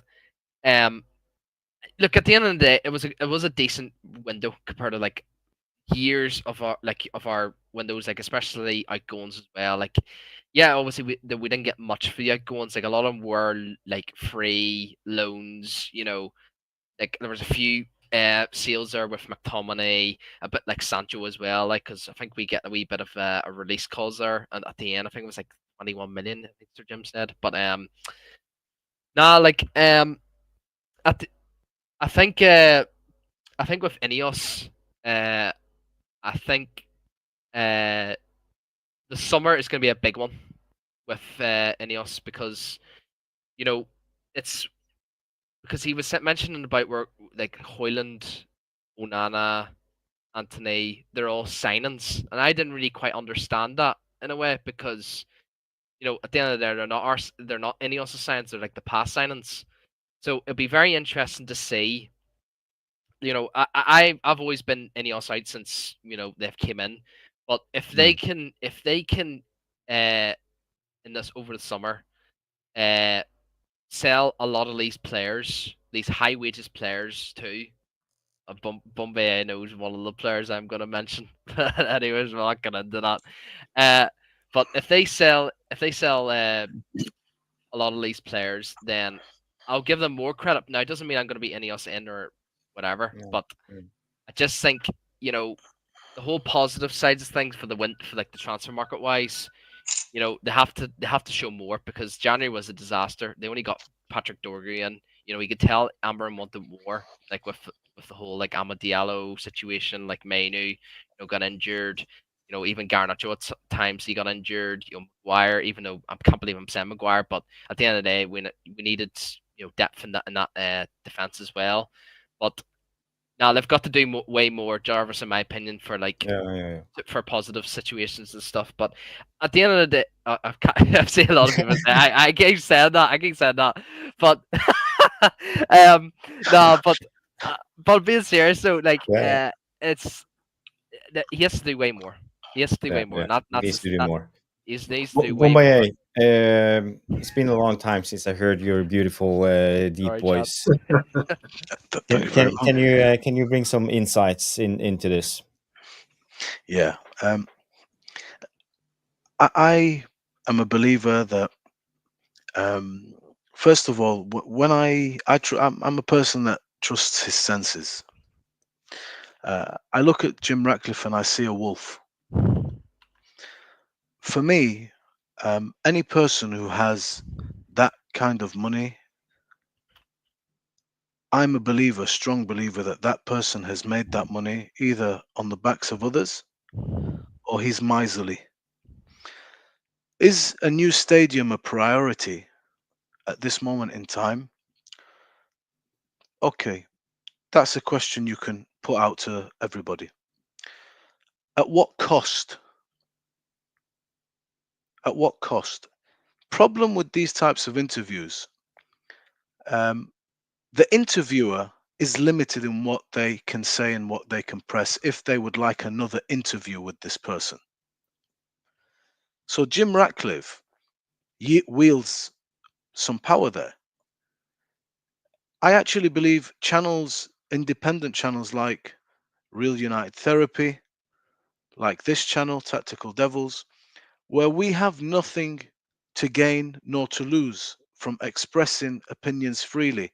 Jim Ratcliffe is not coming on this podcast anytime soon, nor is he coming on the Real United Therapy. So if you want an honest insight, these are the places where you can do it, because Gary Neville has to also be studious and careful in that terrain if he's ever going to see another interview with Jim Ratcliffe. And that's the same if you're talking about Elon Musk, whoever. You either burn your credits or you ask pertinent, really penetrating questions. There should be nothing off the table, because thus far, this tenure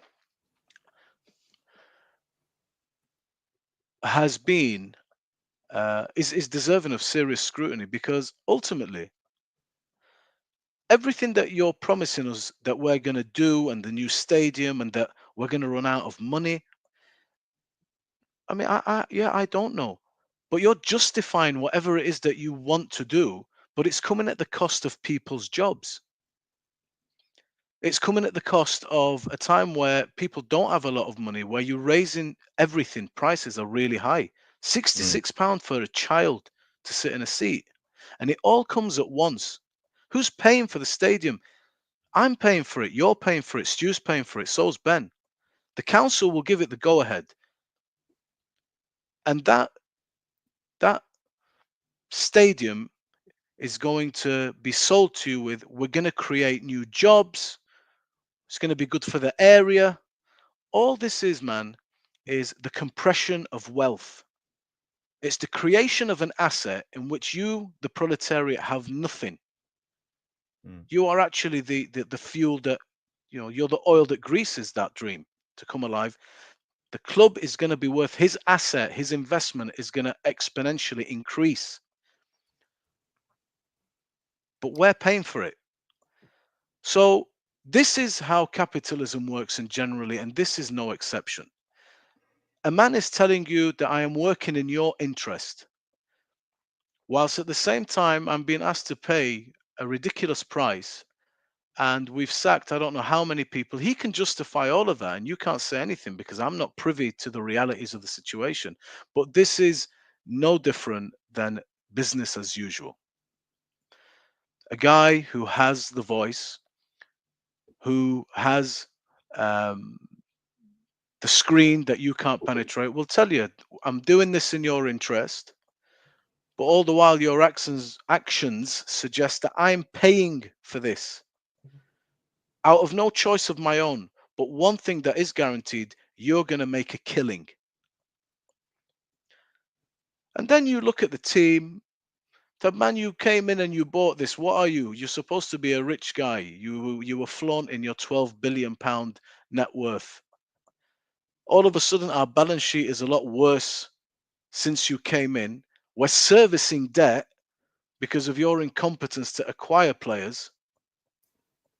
I mean, or you came in bed with the Glazers that are, a force to be reckoned with. They're putting you out as the front man to take the bullets now. Their deal is done. We're waiting for our dividends, Jim. You are in footballing operations. You take care of it. So now our focus has shifted to Jim. He's now the guy. He's your front man. He's the guy that we're seeing. He's the guy that's going to take the bullets, but the Glazers are still there. So there is credence when people see through bullshit and say, hang on a minute, man, you're just another Glazer. Your offer allowed them to stay in when we had the opportunity for a full buyout. So far, that argument and that point of view is valid and remains on the table until further notice. I mean, there are small things like this free meals thing. It's not a massive thing. Okay, but why do it then if it's not going to make a dent in it? Surely you understand that running a club, you're going to affect the morale of the workforce. This all has an effect. I've been a manager of 30 people in a 5,000 square public building. I know what small changes do to morale. This is an institution, Manchester United, where you have people that have worked there all their lives. If you're going to do things, at least do them in good taste. There are very small things, but they say a lot about you. Like the woman that worked there all her life, she dies, and within 48 hours, you're inquiring about her 2 season tickets. Have a little bit of, class about you. Have some taste in the way you're going to have some decorum in this moment. These things to people like us, man, are important. You're trying to endear yourself to the fans, to the people, to the guy that goes and works 40 hours a week as a mechanic, to the guy who works as a cleaner. Do you understand what I mean? And right now you are creating a disconnect, just like there's a disconnect between English government and the people. This is not healthy. You're supposed to endear yourself to the fans. Right now, for me, I said, let's have them. I'll tell you straight. I said, bring Ineos in. The only reason I said it, if nothing changes and we don't bring anybody in, then I know what we're left with, which is dreadful. It's the Glazers, right? Yeah. So that was my rationale. And then I thought, okay, they're going to bring a footballing director in. They're going to bring these guys in. We've never had that before. Let's see if that's good. The guy comes in for 5 months and he's sacked. And look at what the payout was. Don't underestimate the payout that he got after just 5 months. That mistake is incompetent. What was the payout? 8 million? Four. Ten Hag, you kept him on. That cost us 14 million, man.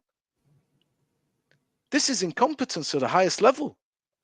At a time when we're bleeding money, you're making decisions. There's no accountability. And if there is any accountability, I'm going to pay for it. You build the stadium. You put your money in, you're worth 12 billion. You're the one that's going to be able to sell this club on with a £2 billion asset. But the way that he's going to sell it to you is this will be good for us. We'll make money. We'll sign players. It'll be 3 years. All right, what if it doesn't materialize? but we commit to this project. Now what? It's no different than saying we're going to Iraq to find weapons of mass destruction that we're still looking for. Do you understand what I'm trying to say? There's no accountability. Okay, sorry, I walk away. What? So no, sorry. At this point in time, the jury's out. This guy, to me, I don't trust this class of people. No. That's me personally. I'm not of them. I don't want to be of them, and I don't trust them. I can hold you to account for whatever you say, but like Ben says, people dance around. They go around the mountain. They don't give you a straight answer because they don't want to enclose themselves where they can be accountable. Yeah, it's a political answer. It's a political answer. It lacks transparency. So you're no further along, in my opinion. They have to back this manager. January is very important, as Ben says. It's going to tell you a lot about this ownership. Back this manager. You brought him in. You believe in him. You're talking. He tells me to F off. It's okay, fine, no worries. He needs players. We've seen that you're getting rid. You're turfing out. You're getting rid of all the 300 grand guys. Casemiro, Sancho, Rashford. They're all going. What we are doing is paying 50 million for Euro. Yeah, but he's on 120 grand a week. We're paying 70 million for Højlund, but he's not on big money a week. I understand what you're trying to do. It's not a bad thing. But then again, for too long, this club has been a commercial project, and the football has been very secondary, in my opinion. You can't just, if we're building for the long-term future, then who knows how long a piece of string is. But we do need some quality players. We don't sign top quality players. We're signing players with potential. And Højlund is what can happen when you sign just potential. To bring him to this level, if you were going to sell Højlund in the summer, he should go out on loan if he continues like this. You would have been better to go and sign a quality player ready to hit the ground running and really help us. I don't care about what you're interested in doing financially. I'm a football fan. That's my job. My job is to be a football fan. And I want to be entertained and I want to win things. I want to compete for the big trophies. That's what Manchester United is. As Stu said, this ain't Bournemouth. This Man United. We have a rich heritage. So I just hope this is not going to be more of the same. And you're only working really in your interest and whispering sweet nothings to me. You can do that. I'm powerless. Let me be frank with you. I'm powerless. Protests are great. It's good to show the discontent. It's good for the cameras to pick that up.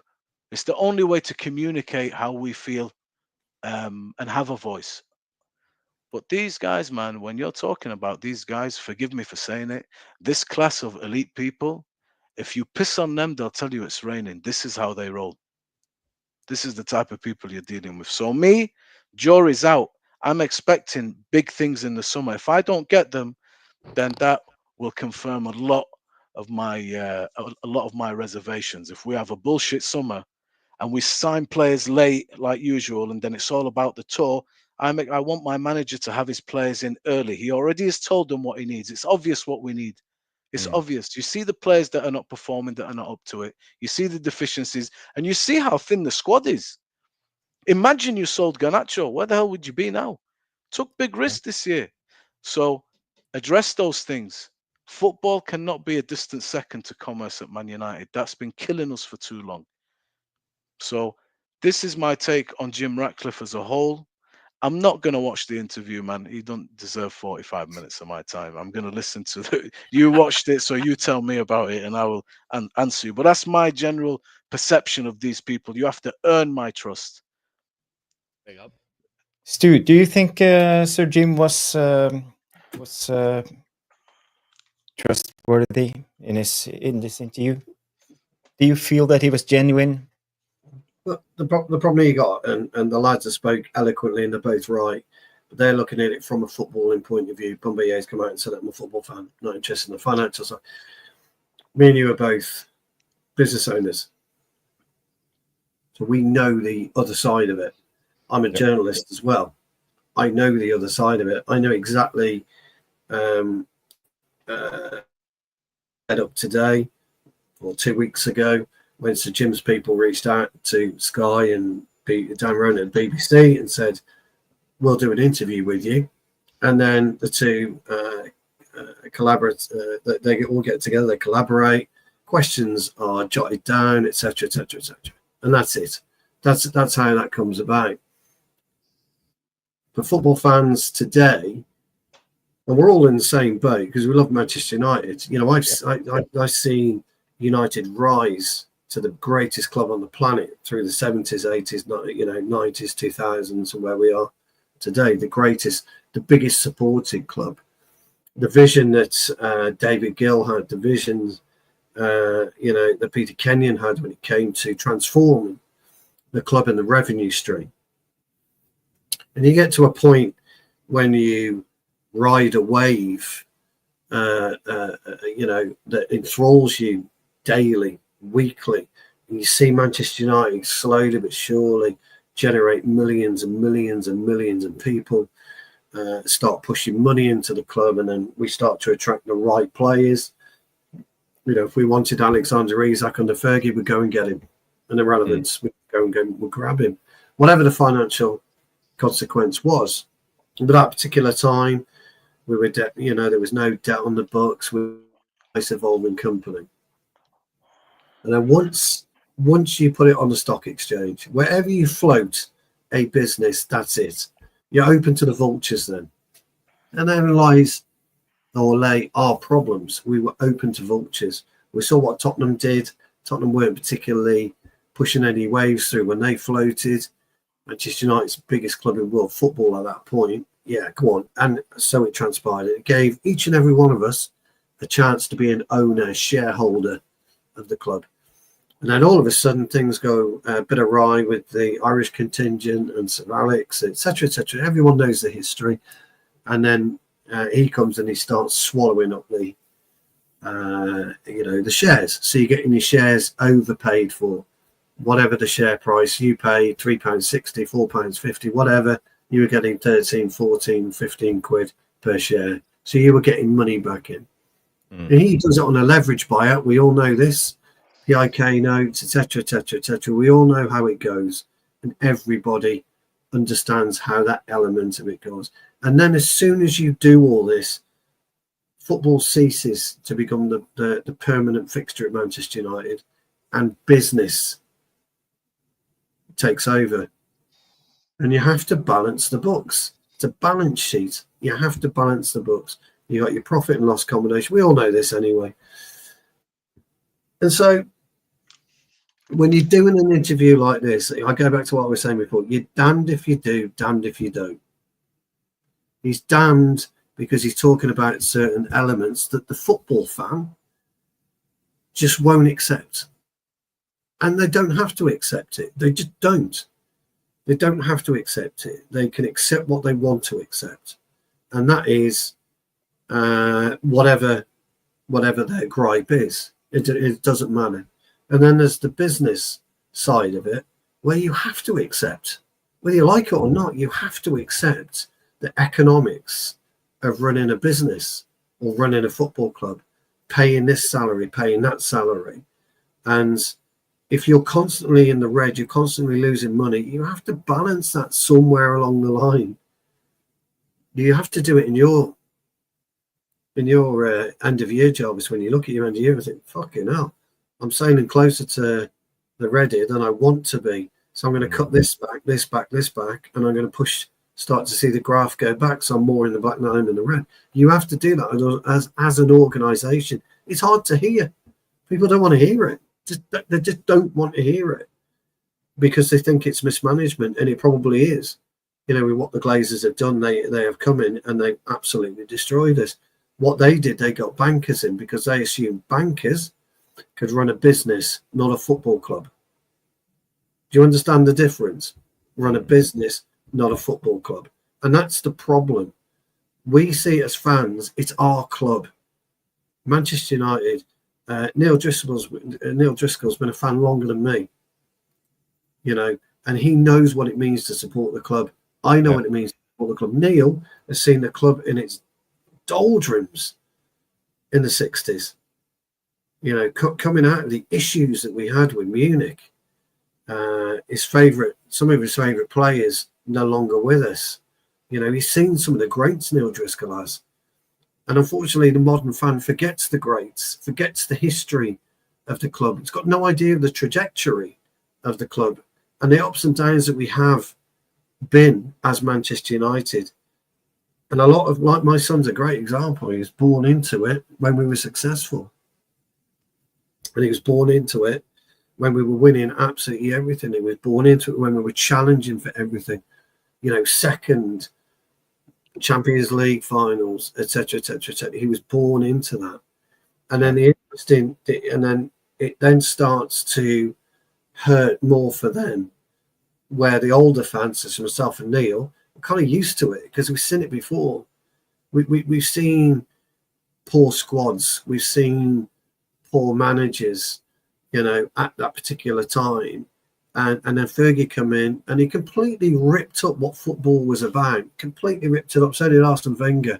Arsene Wenger doesn't get the kudos that Fergie does because he didn't win anywhere near as much as Sir Alex, but he rips up what football's about. And then when businessmen start to think, we can make this money, we can make more money, more money, more money. Turkish Airlines want to sponsor us. Konami Games want to sponsor us.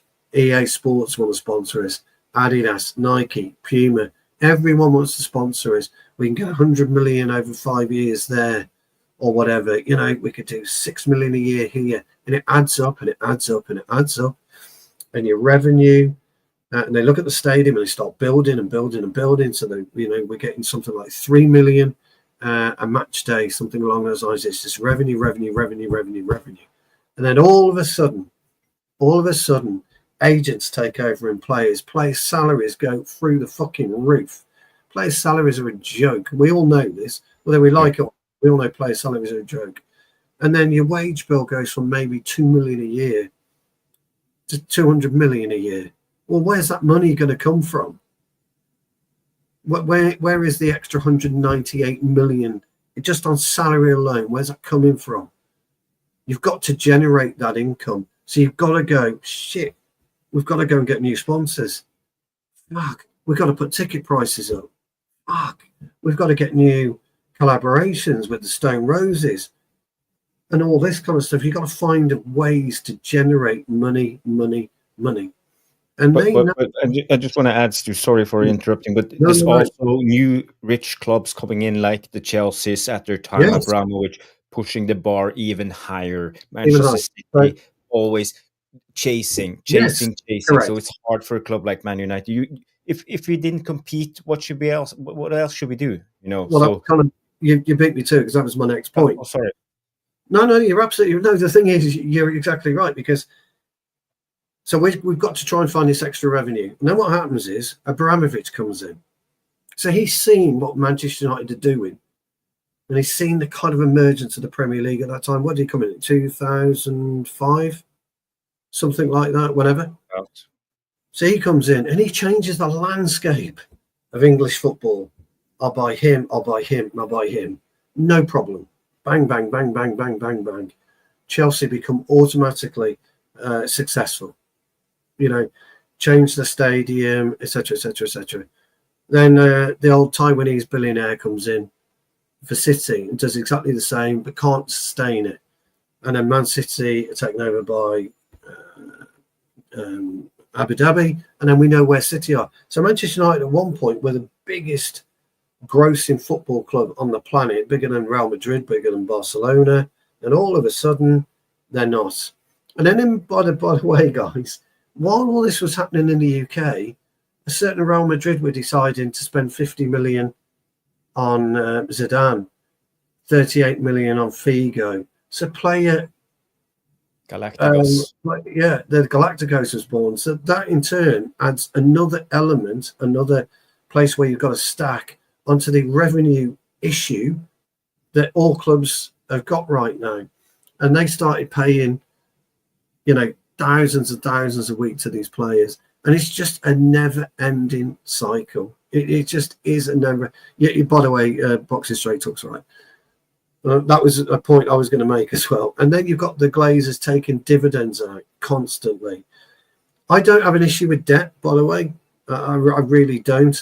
Jarvis, you must have a small amount of debt on your business, and that's called cash flow. So you have to have constant cash flow. All businesses have debt. Doesn't matter who you are. Apple have it.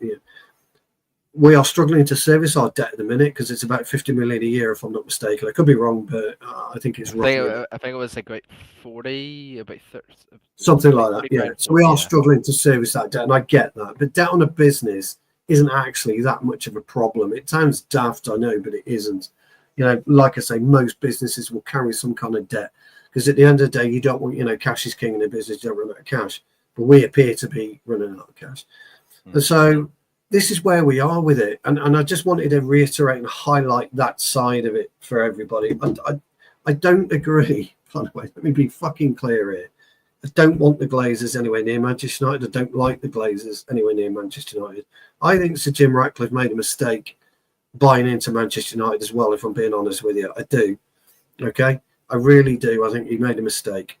But when you buy into a club and you put 1.25 billion in and whatever, 1.5, whatever it rounded up to, then you've got to deal with that. You've got to do something in order to give yourself a chance of getting your money back.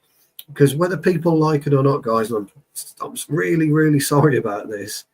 You're not going to put 1.125 billion in, 1.5 billion in to not see a return. Ben's right. You are going to look for a return somewhere along the line, okay? And he knows, so Jim knows, the Glazers know, to turn Manchester United around again, you're going to have to build this stadium. So you go from 76,000 to 100,000. Now, I can't, do the math on that, guys. It's going to probably turn your match day revenue from 3 million to 8 million. That 5 million is a lot of money.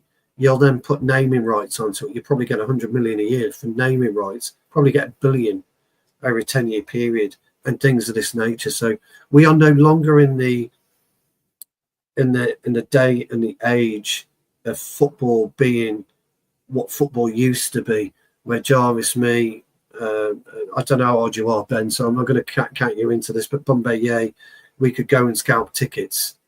Don't count me in it either. Ah, sorry, pal. I apologise.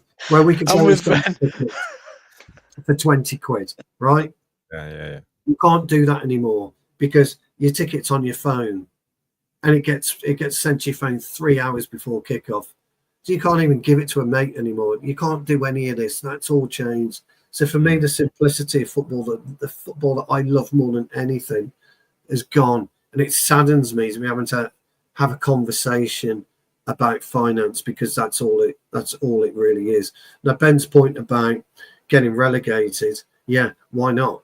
Because it would then disturb the, and we've got to crack the equilibrium that exists between Ratcliffe and the Glazers, because they're in business together, so they cannot do anything that upsets one and upsets the other. I'm just a bit fed up, really, with it, and I'm a bit fed up with how we can't come together as a fan base and explore and intertwine and interlock and accept the double opinions that people have. Because if you talk about it and you like the Glazers or whatever, I'm speaking in general here, people, then you're an outcast, you're a pariah. What you're doing? I was on a show a couple of weeks ago, and I said it's the biggest heist you'll ever see, and it is. The Glazers have just absolutely stolen Manchester United and will probably walk away eventually with 6 billion quid in their back pocket. Yeah. That, and I'm talking profit, 6 billion quid profit. Now, if you take your football hat off of that and put a business hat on, it's a phenomenal business deal. And by the way, guys, it's worth noting that between Manchester United and Tampa Bay, okay, those two clubs alone are worth something like $11 billion currently today. $11 But just let that sink in, fellas. $11 billion. And they fucked up everybody over at Tampa Bay as well, don't forget. They hate them in Tampa Bay, and we hate them here. But they're sitting on $11 billion of assets. Yeah. And we are in 15th place. Yeah. With just servicing debt, no money, they're saying in the summer. The problem with this is, I was a business owner. I sold my last business in 2009. Yeah, If you you know want what I'm to be, talking about, don't you, Bombaye? You know exactly what we're talking about, pal. And it's a shame, isn't it, what we're having to say? yeah, if you want to be a business owner, and this is just a business venture, that therein lies the problem. Yeah. We have been a commercial miracle. Yes. And Woodward praises have been sang from the terraces, not by us, because we are asking to compete. We are asking for you to put together a vision, get the right people in, and execute that vision. I think we as a fan base are actually one of the very best and get a bad ride. We're Man United that are supposed to win everything. And it's only a decade ago. Yeah. So if you're 20, you were used to seeing everything being won. Now, we're not even asking our manager to win a league anymore. We're not even asking about Champions League. Some of us are asking for relegation. We're asking for you to start to focus a little bit of the ratio of commerce onto the pitch, because we are football fans. And without us, you don't have a business. You don't have a business without us. If we don't tune in and watch your Sky Sports and don't go to the matches and don't buy the memorabilia and simply just non-cooperation, you have nothing. So do well to remember that. A layperson doesn't have to be a genius. Running a businessman is a balance sheet. But what we can call out is incompetent running of a club and the prolonging of that. If you were not taking dividends, if you were relaxing that part of it, your benefit from this venture, a little bit in line with how shit we are as a football team, how awful we are in competing for nothing, how dreadful we are in everything that we sign turns to shit, how bad we are in the transfer markets. Okay, maybe we could have a little bit, but you don't let up. Yeah. And the incompetence has to be called out. A Yeah, lay can see £1 billion is not on the pitch. It's that simple. It's just that simple. I don't think somebody has to be, a business genius to say, hang on a minute. We are the highest wage bill. We are one of the highest spending teams in the world. We've had some of the best managers in the goddamn world. Why are we 15th? Why are we 15th? Yeah. 15th, and you're still telling me here, don't worry, another 3 years, we're gonna go from 75,000 to 100,000 seater stadium. That's a 25% increase. So if you're making $1 million, you're making 1.25 million from the gate. You can add a little bit more onto that from the food and stuff. Okay, man, where's the football? What are we asking you for? We're not even putting pressure on managers anymore. Just give us something that's called football. This game against Arsenal, I was in heaven. I'm like, wow, Yeah. that's how starved I am of football. I'm usually falling asleep at the wheel. I swear to God, I get offered tickets a lot. I don't go. It's more of a chore and a headache to go. Especially, I get offered tickets to go on my own in good seats, but I can't be asked going. I like to go with at least a friend. That's the whole idea of it. And it's just a day out for me. So incompetence, there has to be a level of accountability. And this is in line with general society. There is no accountability for the people at the helm. We make gods and financial geniuses of them. But why have we got this so wrong? Ryan Giggs said about Salford City, listen, if I spend the most, I pay the most. I expect to be the best. It's pretty simple to me. Sounds simple. And if I'm not the best, then I have the right to say to somebody that is in control of it, what's the problem? I've given you more than everybody else has got. What's the problem? That's where the fans come in and say, hang on a minute, man, you guys are taking the piss. Take 100 million each if you want. Take as much money, take it with you to your grave, but at least perform your duties satisfactorily. Make us a regular top 6 side. Make us believe that we're going somewhere. Let these signings start to actually fit the vision. Get the right guy in that you want to take us forward. Simple stuff. We're not doing it. Because, of course, Bombay, don't forget, pal, we will become less commercially attractive. We are less commercially attractive. We become less commercially attractive, so our overall revenue decreases.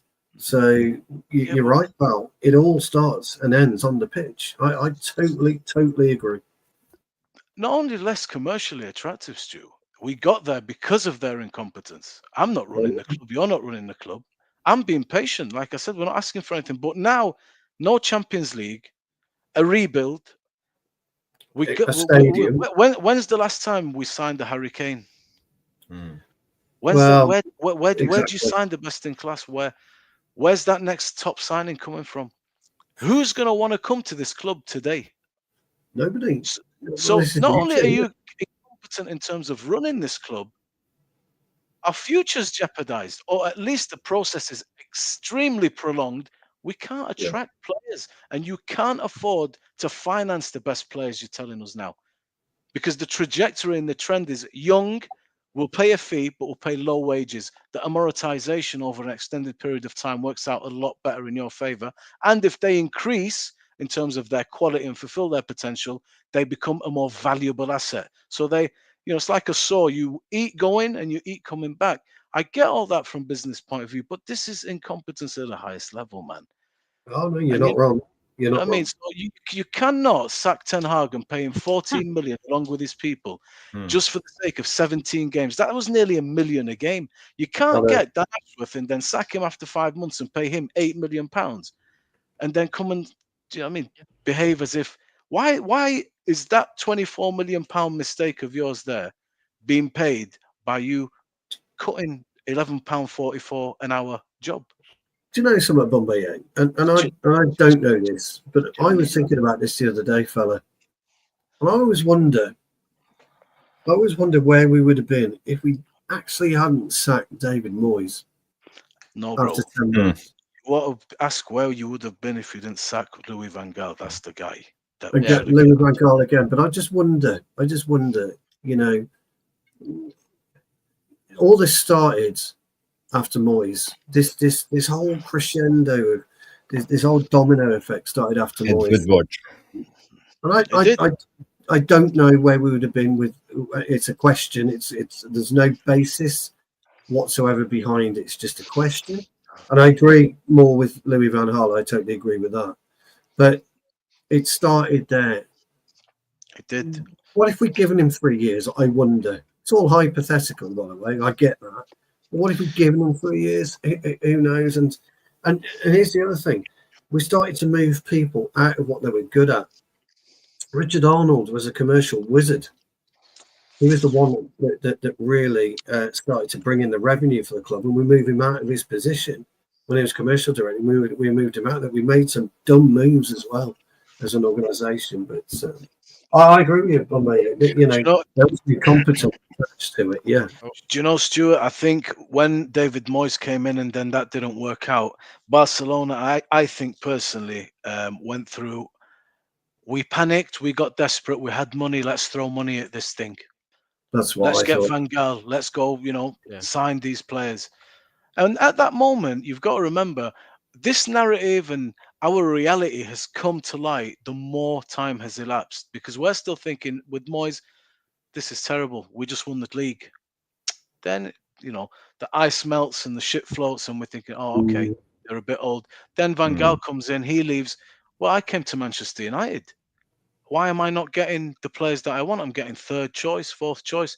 Exactly. Mourinho comes in, comes second, wins the Europa League, wins the League Cup, should have won the FA Cup against Chelsea.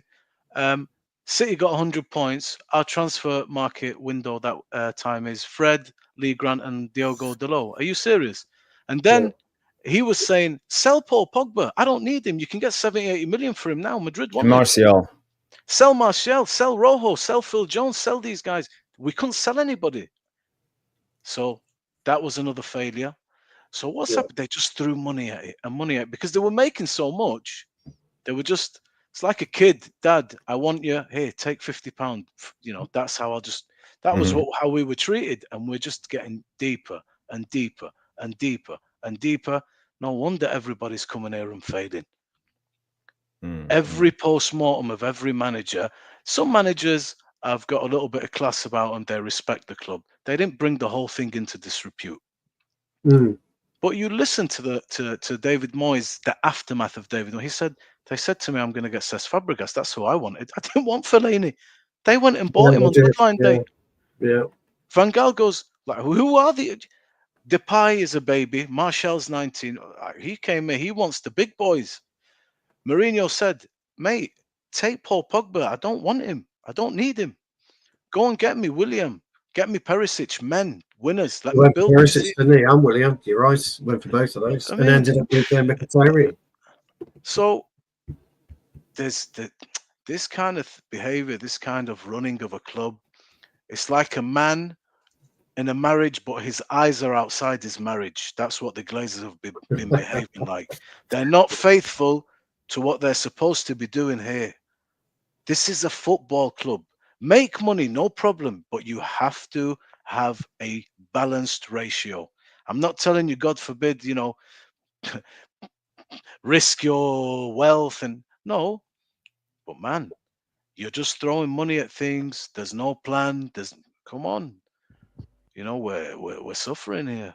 So this is when I look at a business owner and say, man, what's wrong with you? At what point are you going to wake up and start to actually focus on this business and make this business is pure gold here that you've got, but you're killing it. You're treating it like a piggy bank. Run it. It's giving you your sustenance. Run it. Take care of it. They're not doing that. Manchester United, man, is falling apart. How the hell are we 15th? Playing the worst football on the planet Earth. And Bombay, I just want to say one more thing that we haven't mentioned in all this. We heard some rumors now that they're apparently building a new stadium, 100,000 seaters. And we know that Ineos, so Jim Ratcliffe and the Glazers are most likely getting public funding.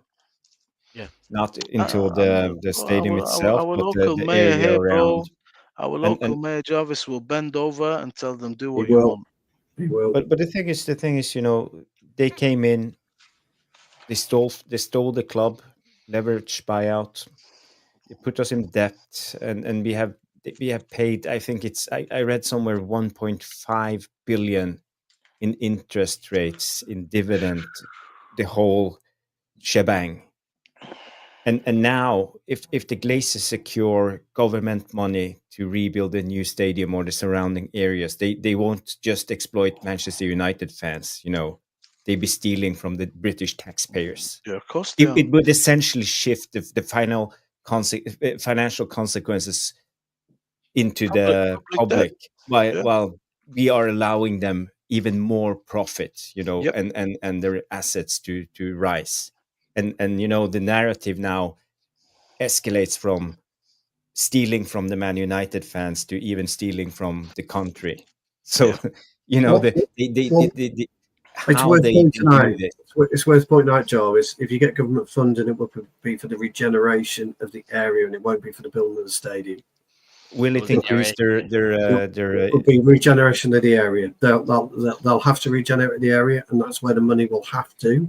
Okay, let me just put that in inverted commas for you guys. Have to. Billionaires. They're taking out 6-7 million. Go into the regeneration of the area where Bombay is living. And he's absolutely right. Burnham will be so far up fucking Glazers' arse, you won't be able to You'll see his See tongue. where, you his won't be able mouth. to see where he begins and where they end. But No, listen, because he Tampa will, Bay, because he knows what that means.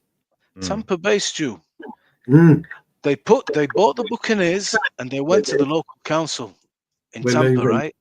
And they said to them, if you don't give us the money for a new stadium, we're going to move Tampa Bay Buccaneers somewhere else, and that'll be 40,000 jobs, effectively hurting the town. I know, I saw that. The It's town didn't terrible, want it. isn't it? The town didn't Yeah. want it. It's, The government passed a bill and made the town pay for it. they did. It's also worth pointing out, by the way, City Stadium was taxpayer. It's all taxpayer. The City Stadium was. I think they own it now, don't they, Bumby? Didn't they buy it? I really don't know, man. I'm not sure on that. I thought they look, did. those guys, another bunch of cowboys cheating, recycling money, going around fair play. Let's see what happens with them. Yeah, bro, it's all crooked business at this level. It's all crooked business. He didn't make £12 billion because he's an honest, I agree with moral that. guy. Do you know what I mean? No, I agree with that. Boxer Straight Talk. You have to. We won't be able to get government funding for the stadium alone. You have to regenerate the area, and that's where the most of the money. If most of the money we get from the government will be to do with the regeneration of the area around. I don't even know where the site is. Bumby might be able to tell you on that, but it has to be. Sure, man. It will be for job creation, that type of thing. That's what the regeneration. If League makes a good comment here. The comments. Government funding for the regeneration of the food hygiene rating. Well, yes. 1 star. Yeah, it is one of those, but there is a regeneration plan, isn't there, Bobby, in the UK, where you can apply for a regeneration grant, and if they get it, they get it. But Bobby is right. Burnham knows that Manchester needs regenerating, and this is the thing, you see, from a mayor's point of view, he knows the areas that need regenerating, and he can combine Manchester United with his grander scheme. And so, Bobby is right. It'll be so for up to Jim Ratcliffe's arse. But let's not forget, Stu, it was the Glazers who neglected Old Trafford. That's right. They let it rot. No, that's right. So, they took dividend. They didn't want to put any money into the stadium. No, correct. And now, when it's almost collapsing, they're asking the British taxpayers to pay for the surrounding areas. No, I 100%. And it will increase their values, on their assets. It's a no lose. It's a no lose for Jim, man. You increase your asset exponentially. You sell it on. Oh, it's a huge asset with a stadium like that. Look what Tottenham generates in terms of revenue alone. Arsenal Stadium cost them like 300 million or 400 million, something stupid like that. They paid it back over 10 years, 40 million a year over 10 years. And they're debt free now. And you're seeing Arsenal kick on. We don't know. It'd be interesting to see the position of the actual stadium, the area where it's going to be built. Is it close to Old Trafford? Is it Old Trafford? I don't know how much land Manchester United own around there. They own quite a bit. That's also regeneration. By the way, Boxing Straight Talk, they sell the land to the government. That's regeneration. It's a bit of a cesspit. But the problem is, he knows what he's doing. So Jim Ratcliffe already knows what he's doing because, they've built hundreds of facilities around the world globally. They've got facilities in the UK, so they know what they're doing when it comes to building. I'm really, really looking forward to hearing the plans for the stadium, but I'm a bit. There's a lot of trepidation about the funding side of it. Yeah. The rumors says that Athletic is actually saying they will be announced a new stadium tomorrow. So. It's Talk Sport. Somebody put it on really early. Sports, yes, but Athletic confirmed they will announce it tomorrow. Do we get to see a preview though, or is it just an announcement, like of the stadium, like what the plans are, or do we? Don't know. Well, if it's an official announcement, they must have some. Yeah, I like to see a wee picture. It'd be nice to see. They'll be. I would imagine they'll turn around and tell you when the first spade goes. goes in. The old They'll It's spleen. like knock, 5-10 years. reckon they'll knock OT down. Do you know, I hope they don't bomb me. I'd like them to skim the top off it.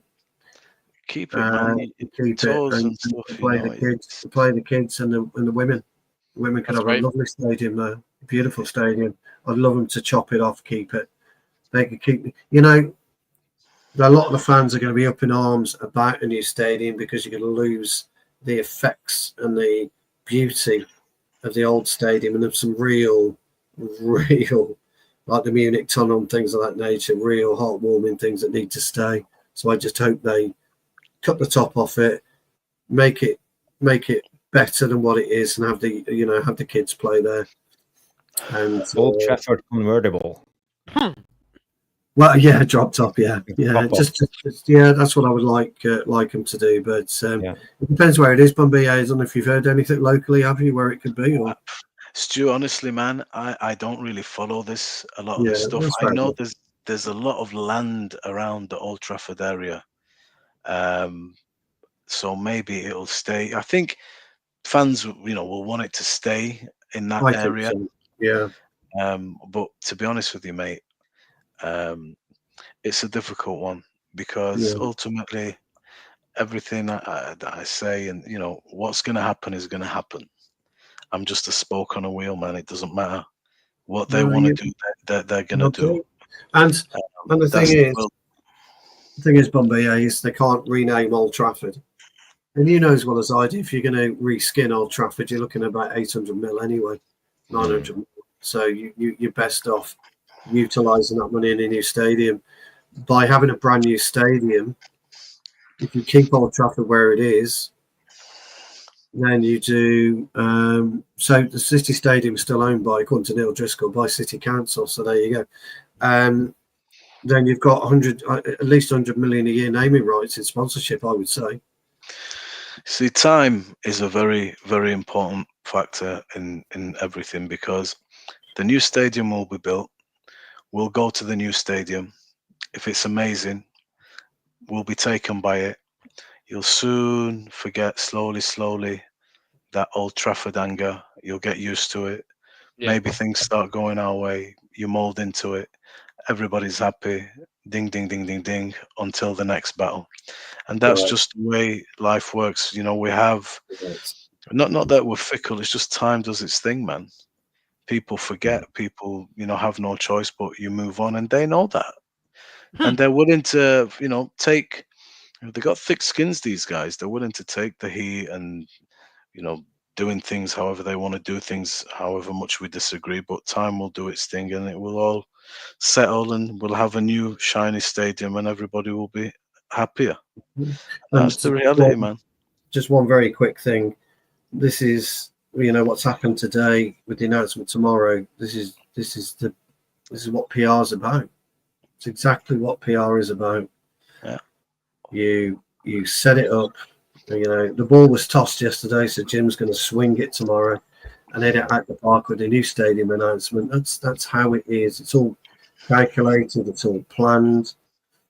You know who invented public relations?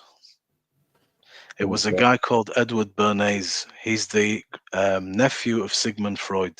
Well, there you go, then. Public relations started when a cigarette company went to him and said, "We want to sell more cigarettes. It's improper for women to smoke, so we're missing out on half the market."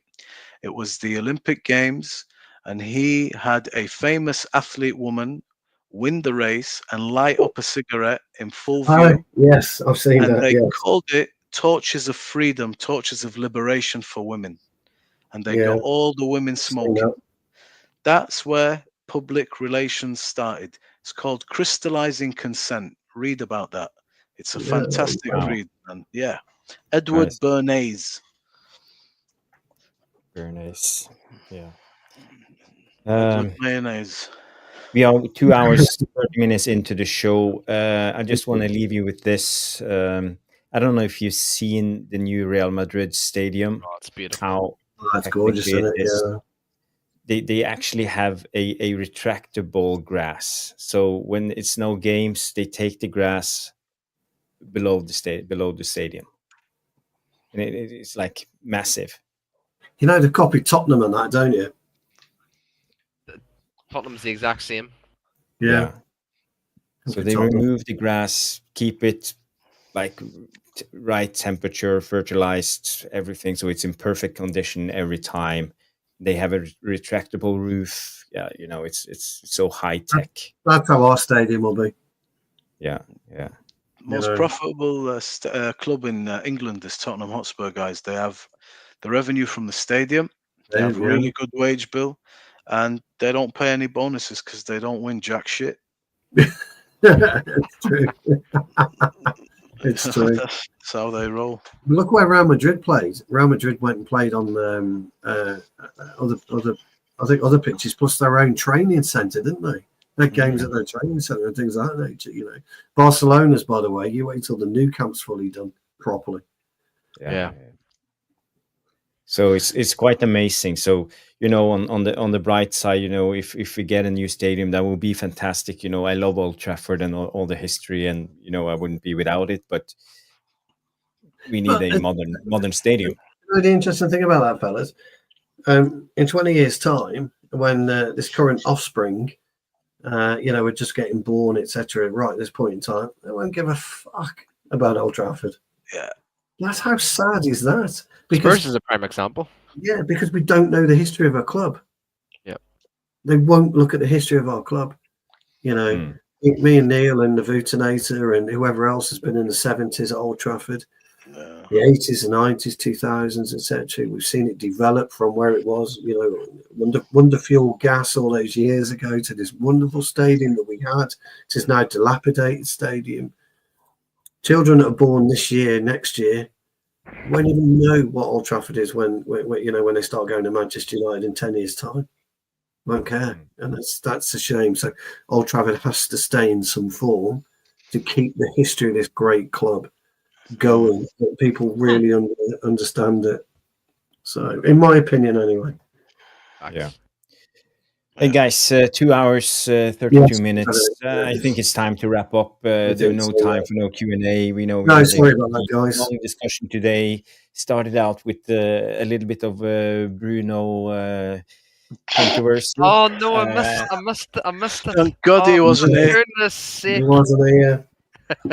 It feels like weeks ago, but yeah, I think we had a good debate on Jim Ratcliffe and the Glaciers, you know, and I hope it wasn't too long for you guys. And you know, I will say, Charles, I think there's been some brilliant, you know, comments as well from the Devilish Tacticos. There was no, I strongly disagree with this or that. You know, people are allowed their opinion tonight, and I think it's important that we've been allowed, everybody's been allowed their opinion, even in the chat. And it's been nice that we've had none of this bullshit that you normally get when you talk about the Glazers, and you get absolutely castigated. The lads and ladies have listened to everything we've all had to say about it, and they've had their say, and it's made it a great rounded debate. So, as usual, the Devilish Tacticos come trumps. They do. They are a great community. So thank you, Ben, for coming on. Any final words? Do you have anything else to add? At the end of the day. Yeah. Okay. Chat. I'm gonna set. At the end of the day, Glazers are still here. Sir Jim's still here. Once we get the new Old Trafford, you know, I think I feel bad for me to say this, but I think the fan base is to blame as well for like the mess we're in, because you know what, that protest there on the weekend, you know, there was a lot of obviously Glazer out chants, you know, the whole Jim Ratcliffe chant as well. But then as soon as like when things go well, Man United, people then just forget about the Glazer chants, forget about Ineos and all that stuff, because obviously United's winning, and you know, we're going back to our winning ways. Like I remember back in the day when, you know, the fans went to Ed Woodward's house and started throwing flowers into his house. Now, even though that was beyond, like, you know, unacceptable. Like, you don't go and do that. But at the end, I can't believe I've said it. At the end of the day, you know, it's still we're going. We focus on one thing, on like going to these protests, emptying out, leaving early out of the stadium. Then we then go back to like when Ten Hag came in, he started winning. When Ollie came in, he started winning. I just think we're just going around in this in a circle. Like we're just going from like doing the protest for like say twice in 3 or 4 months, and then 6 or 7 months time, we're actually in a good period where like we're winning games, we're winning trophies, and we're forgetting about the bigger picture, even though we still know the bigger picture, but we're still forgetting it because we're winning trophies and stuff. I just think we are to blame to a certain extent as well, because there was times as well years ago in the protests where I was there as well. We were outside Old Trafford, and the mega store actually was forced to close that day. I don't know what match it was. I can't remember. It was that long ago. Um, the mega store was forced to close that whole day, and although Liverpool. It was a Liverpool game. Liverpool, and Yeah. although we can only do so much, we can't do anything like really bad, like illegal stuff. I don't agree with that. Protesting obviously is the best way. Leaving early the stadium, staying in the stadium after the game is really really good too. But like, see for instance, like this mega store, like closing it all down, like that will hit the Glazers and hit Sir Jim big time. He'd be like, "Oh, I've just lost so much, of revenue from today's match." I just think we just need to keep, forget about winning trophies, forget about Europa League, even No obviously danger of that, man. we're not gonna get relegated. Obviously, now we're not gonna get No, relegated. no. No. Look at this But team. keep This team to us. that, like, just forget about And I know we all want to like United to do well, and I understand. Like I was so tempted not to go into the stadium on the weekend. I was telling my friend, I was like I don't want to go in. Like why should I go in? Yeah, I just spent 66 quid on a ticket to go in and actually witness a good game. But there was a lot of fans outside saying, no, I don't want to go in. Why should I go in? I want to protest outside. But then yet again, this is the thing. There's many fans around the world, Australia, China, America. Yes. Like this is the issue. But I just don't know like how the fans are just so divided, because fans want to go to Old Trafford to just see Man United play, even their children too see Man United play. But this is just the frustrating part about the fan base. It's just, why can we not just all be on one collective side and just just destroy the Glazers and Ineos? But I just don't understand. I just don't understand why we can't do it. Because, and I guarantee you right now, the 1958 protests, there won't be another protest for another. I'll probably say about next year and a half, because we'll all there should be forget. one. There should be one Thursday night. I There agree. should be one. There should be one. Stu, about once every month. Once a month. No, I agree. Once a month. And do you know what? Like, it doesn't have to be a. Oh, Jarvis is gone. He's had enough. He's bored. had enough. He's had enough. Oh, I know. But, I've been trying to do that for years, pal. I don't know. You've done that in Preparing for the next protest. he's like, he's tired, bless him. He's, oh, fuck it, I'm gone. But no, like, we don't have to like protest. It doesn't have to be, it like. I mean, obviously, it would be better at Old Trafford, but why couldn't we just do a massive protest outside Carrington?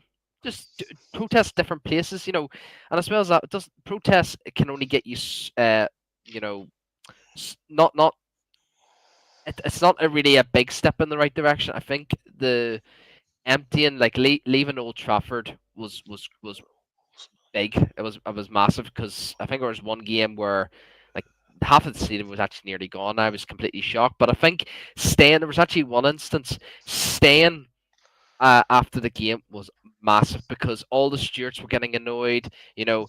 All these, like, the police actually were forced to come into the stadium and actually kick people out. But at the end of the day, we are, it's freedom of speech. We have the right to, like, we've just paid 66 quid to go and see a Man United game. Why can we not just sit after the stadium and just take it all in to, like, we're actually in Old Trafford and stuff, But on top of that, we're actually in, we're actually staying after the game because of the, the ownership, like. But no, I just think we need to do more.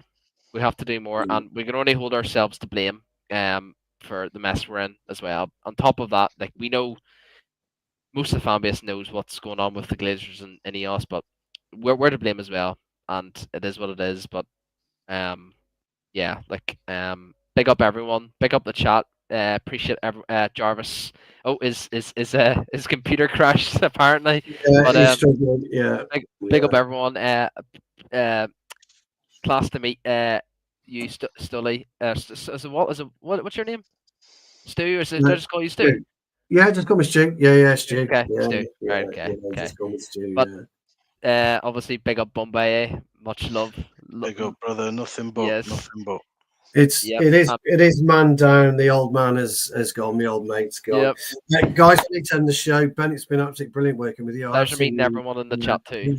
I have seen you on Nuruddin's show. I will join Nuruddin's show when I get a chance. I do like it. And Bobby Gay, always a pleasure, mate, having you on. Absolutely. Likewise, man. Thank you for having me on. And you know I can't go out without saying it. It's Late Night Love with Bombay. He's got that wonderful voice. Bruno Fernandes. Yes. The Devilish Tactico has been absolutely amazing tonight. Thank you so much. Thanks, I know guys. Jarvis himself is extremely grateful of you tonight. Trevor Wade rinsing me. Trev did ask me a question. What is my collection of Adidas shirts? Dude, I've got no idea. I've got tons of them, mate. Absolutely tons of them. So I don't know. But listen, guys, we're gonna have to end the stream. It's been a mammoth 241. It's about 150, 160 of you watching. If you haven't liked, please press a like and subscribe to the channel. Jarvis works massively hard behind the scenes to get everything set up. He really does. It's tough going what Jarvis does. He makes all the thumbnails, comes up with the program ideas. He's absolutely top drawer. So if you can really get behind Jarvis, support him, please do that for us. We have got a Twitch channel now as well, apparently. Although me and Jarvis don't really know what Twitch is. Apparently we do have one, and I think we've had a comment off Twitch. So I don't know how many have done that. But if you could get us up to 700 subscribers by the end of March, first week in April, would be massively grateful. Just be a testament to Jarvis's hard work. I'm going to end the show now, guys. I've got to work this out, so bear with me. And I will try. Oh no, that's not it. Where's the outro? Outro. I found it, guys. I think I found it. Thanks again. I'm going to give it a go. See you later. Take care. Big up, guys. No, that doesn't work. Oh, right. No, I've got it. Press the red button, Stu. I'll edit that one out. So I am going to say thank you and good night. Take care.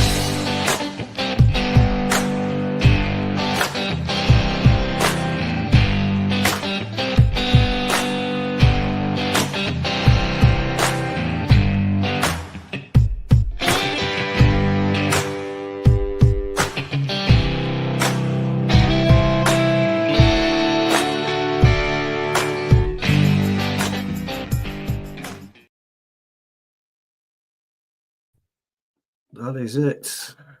Hold on. That is